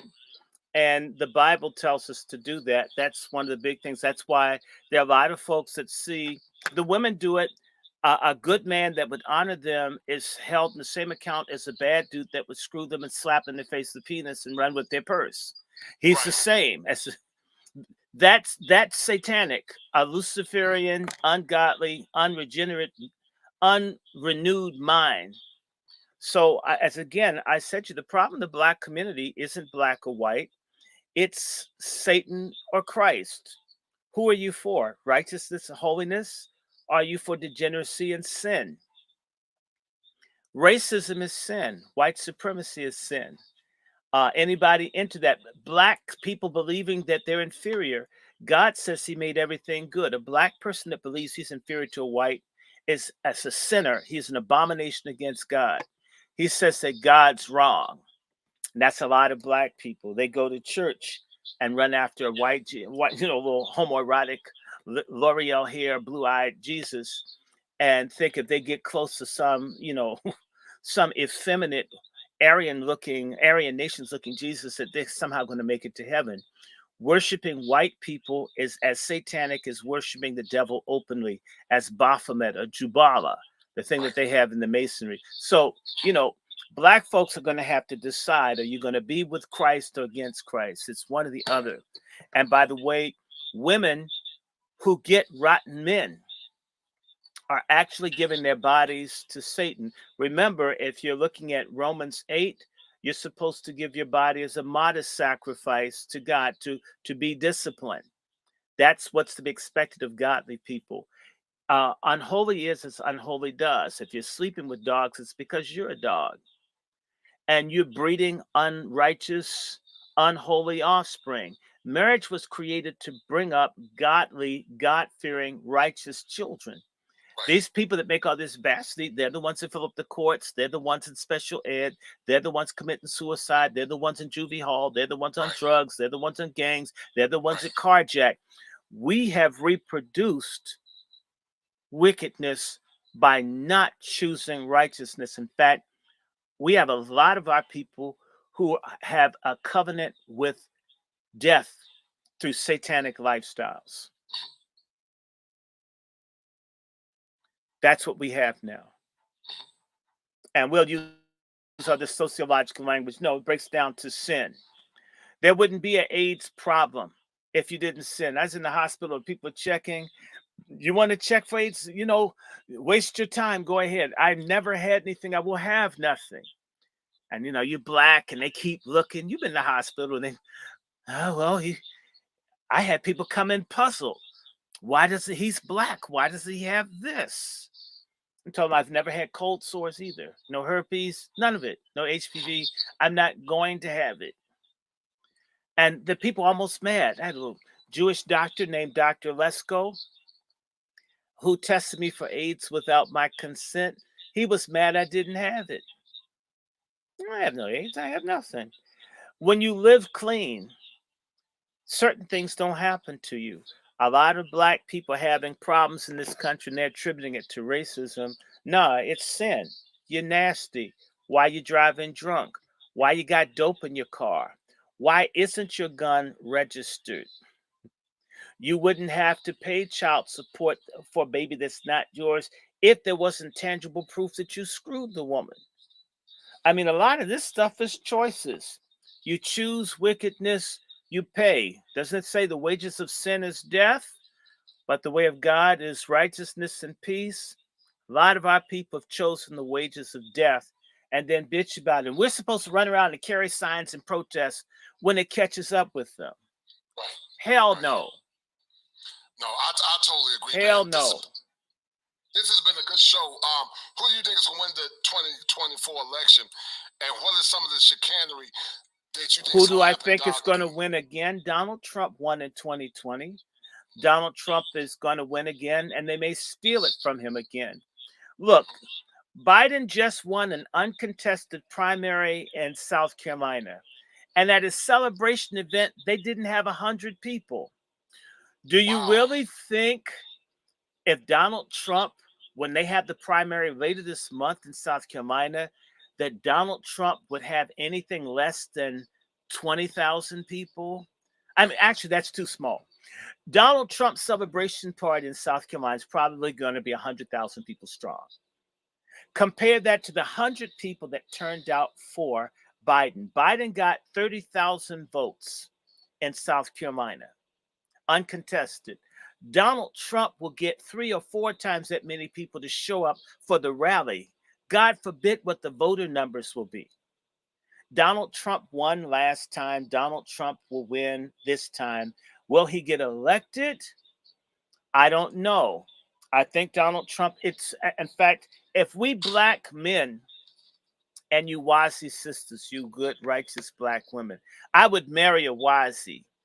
But no, I wouldn't marry a pork chop. I don't care. No way. If the good black people do one of two things, they can do an ass vote, which is stay home, or they can do an active vote and go out and vote for anybody but Biden.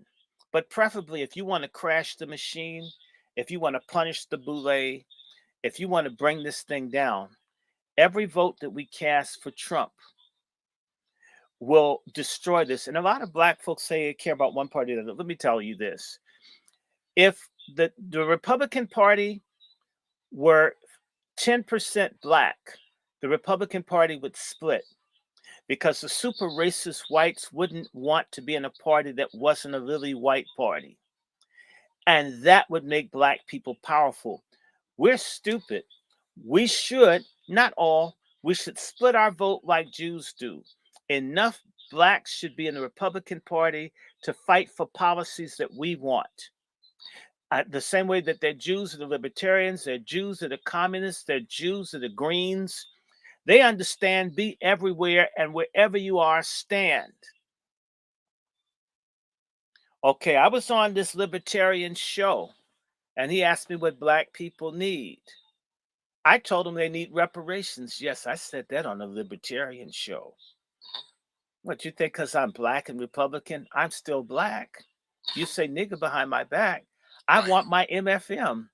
And he and I've never been invited back on the show, but you know I kicked his behind through scripture. I beat his behind on his show, on his white libertarian show, talking about black reparations. And well, he tried to say, well, it's in the past. It says, well, the Holocaust is in the past. You're for Jews getting it. Right. You're for the Japanese getting it. Right. You're for the Indians getting it. I'm part Indian. I don't get that. Okay. Right. I mean, and so I pointed to the Bible. I says reparations is biblical. You like the story of Jesus and Zacchaeus? Did Zacchaeus get saved before or after he paid the people he robbed? After. After he paid the people back 4 times what he took.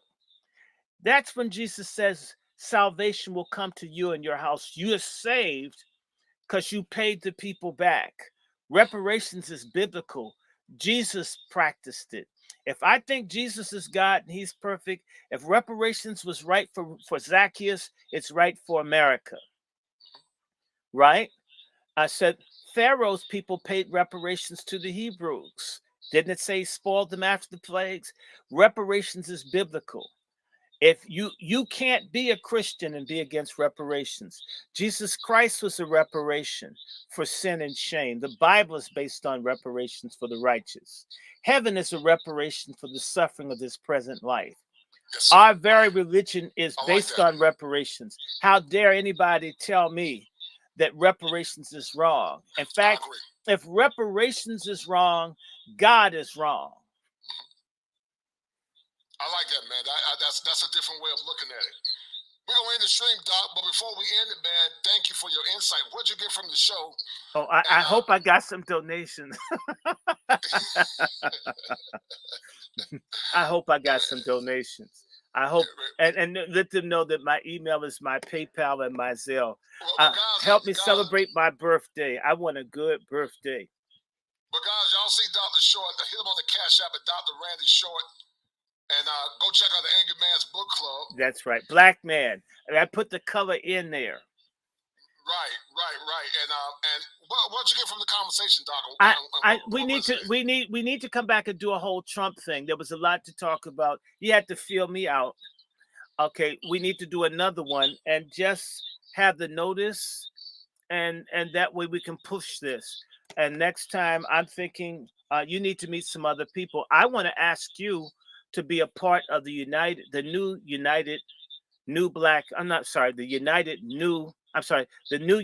Black Media Matrix. And that's where we get multiple platforms to put messages out, because there are other people with big platforms, but they don't help one another. That's true. If I had 100,000 people, I wouldn't be against you coming on. It's not going to kill me. to help you or to help the next person. Right. We have to learn how to think like a nation, like a people. You're not my competition. CNN Yes, sir. is. Right. Mother Zuckerberg is my competition.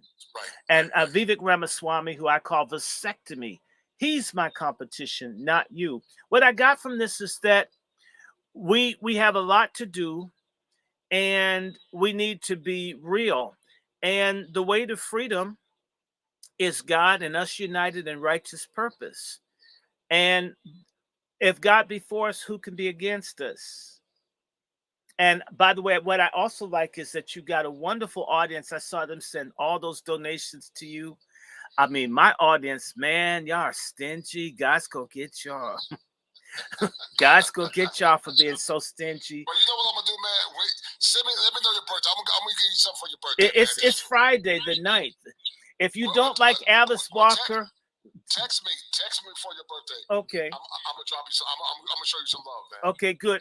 And do it for me, because I'm fighting against Alice Walker. You know how you see the Terminator, and there was the good Terminator and the bad Terminator. It's reversed. Alice Walker was the first Terminator. I'm trying to take Alice down. And so yeah, we need to do. I'm down for talking with you, and I need to introduce you to my guy from North Carolina, whose name is Juan. He's a reverend, and he's a firearms expert. And we've got all of these people doing stuff. We need to form a patriarchal effort. People who love the community, but we're against feminism and baby killing and all this stuff. We can't have it. And people who believe in God. Yeah. And you know what? The lack of Christianity and patriarchy is killing Black people. Patriarchy is God's divine order. And you know what? I meet a lot of confused Black men that think it's cool, hating the Bible, hating God. There's a difference between crooked, no good preachers and the fake stuff in the church with all the fat sisters with the ripples in their behind with the tight skirts, and a true faith in God. Everything we've gotten has come from God, and we need to get back to. We need to get back to God. We've got to get back to Him. So let me let you go. And on behalf of the Angry Black Men's Book Club and SALT Ministries, LLC, SALT stands for Salvation and Liberation Temple. Be in touch as well. You're a professional counselor. I know people that would like to talk to you. So let's see what we can do. It's wonderful you're in North Carolina. We want to see something move all up and down the East Coast. And let me do a Donald Trump impersonation before I send you off. Go ahead, brother. Go ahead. I want to thank everybody that listened to this guy. He was so wonderful. Because I'm going to win. I'm the one that really likes Black people. Hey, I hang with rappers. I really like it. I'm not like the other white people that have no Black friends. I have partied with Black people. I've made love to some very beautiful women that were very huge, if you know what I mean. And I really turned it out. I need you to vote for me because, Joe, he didn't do anything for you. He didn't do anything for himself. He can't even change his own Depends. I mean, at least I know how to get on the crapper and take care of myself. My wife doesn't look like Alice Cooper. What'd you say, guy? His wife looks like Alice Cooper without the makeup. So, put me back in the White House. You're going to have cheap gas. The price of food's going to go down. We're going to help the Jews beat up the sand niggers. And we're going to have a great time. Just vote for me. And I'm going to tell you, I'm going to get rid of Letitia James and Fannie Willis and Kamala Harris. She can go back to doing tricks with her beard husband. And this is going to be right. No more shutdowns. Just come out and vote. Don't let the people tell you I'm a racist. I'm not a racist. I hate everybody. It doesn't matter if you're not rich. Anyway, let me let you go. All right, listen, man. God bless you, man. Text me. I'm gonna shoot you something for your birthday. Okay, I will. Thank you. All right. Shoot you something, man. See you. All right. Brother. God bless you. God Brother. bless. All right. Bye-bye. All right. We finished. That was a marathon. 3 hours. I'm going to take a nap, and I guess eventually we're going to do some books. I've been saying that, but I want to work on my channel. I want to get us to the 1,000 people. I'm over 800.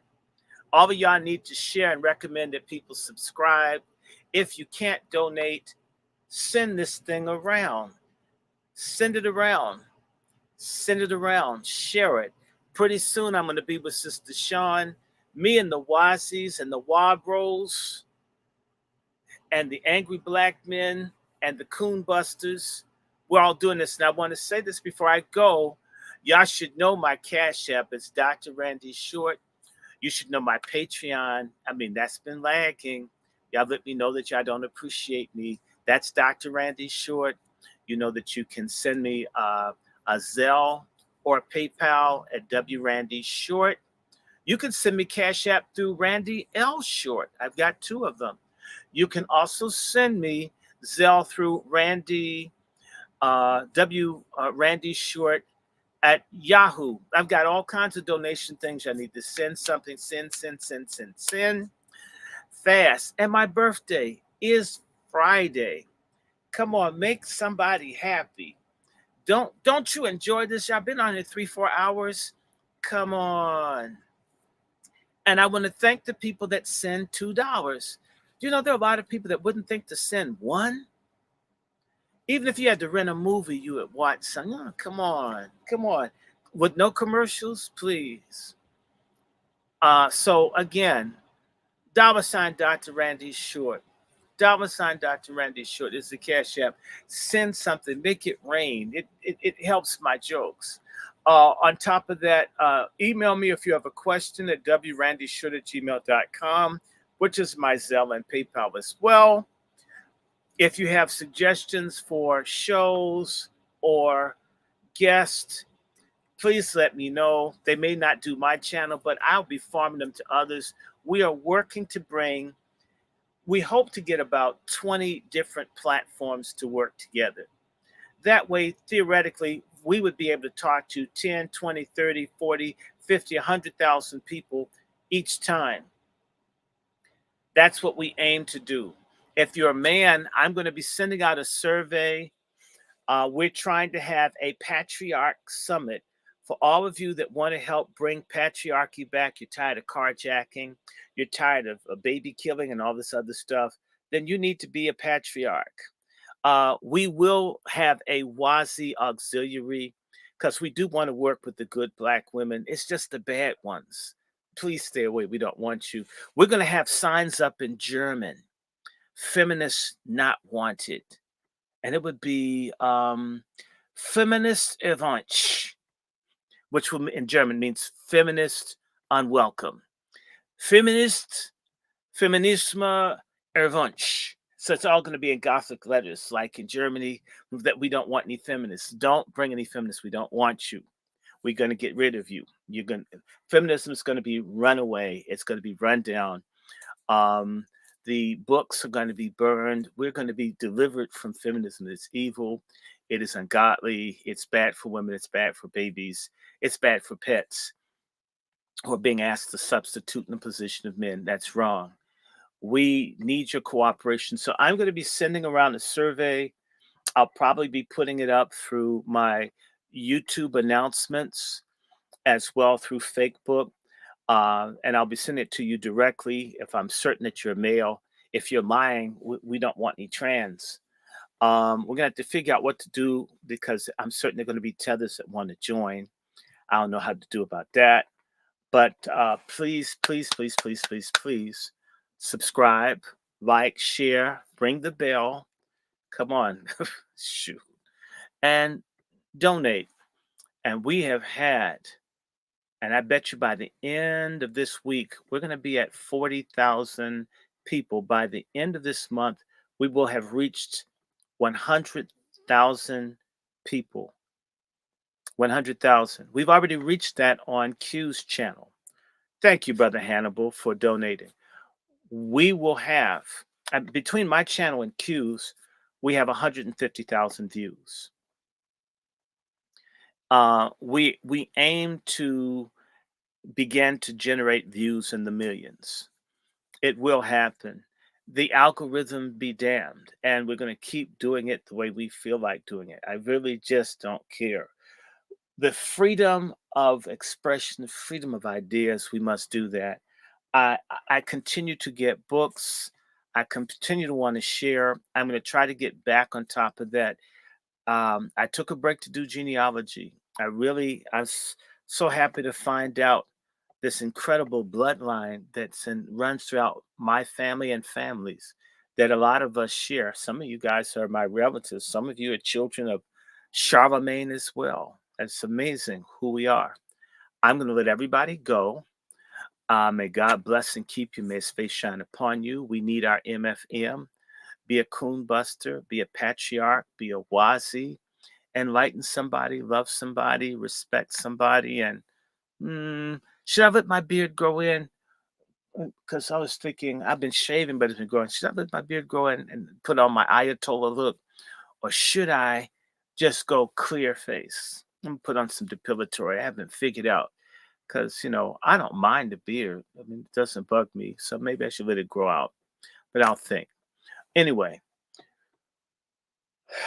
Dr. Winters and I am supposed to do a show. We got to get back to it. So anyway, I want to thank everybody. Hi, Theodore Andrews. Hope you're good. Drop me a call. I don't know if you're in Korea, wherever you are. Anyway, treat me like I'm white. We're going to do some stuff tomorrow, and we're going to do stuff. We're going to begin to try to get these regularly so this can continue. So I'm going to let y'all go. Good night, good night, good night. Donate, like, subscribe, support, donate, like. Come on, help me out. And it's my birthday Friday. What are y'all going to do? Y'all need to send me something for my birthday. I'll be the big 59. Do you guys realize a year from Friday, I'll be an elder if nothing bad happens to me? Anyway, I don't think anything will. I trust God. I think that was 2022. I'm so glad 22 is over. All right. Talk to you later. Bye.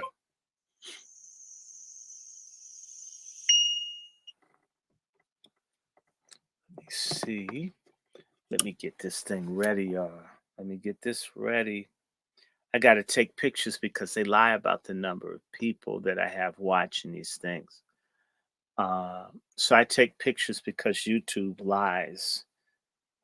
And they tell me it's one number. And when I come back later, it tells me it's a number way smaller than what this thing did. So I just document it.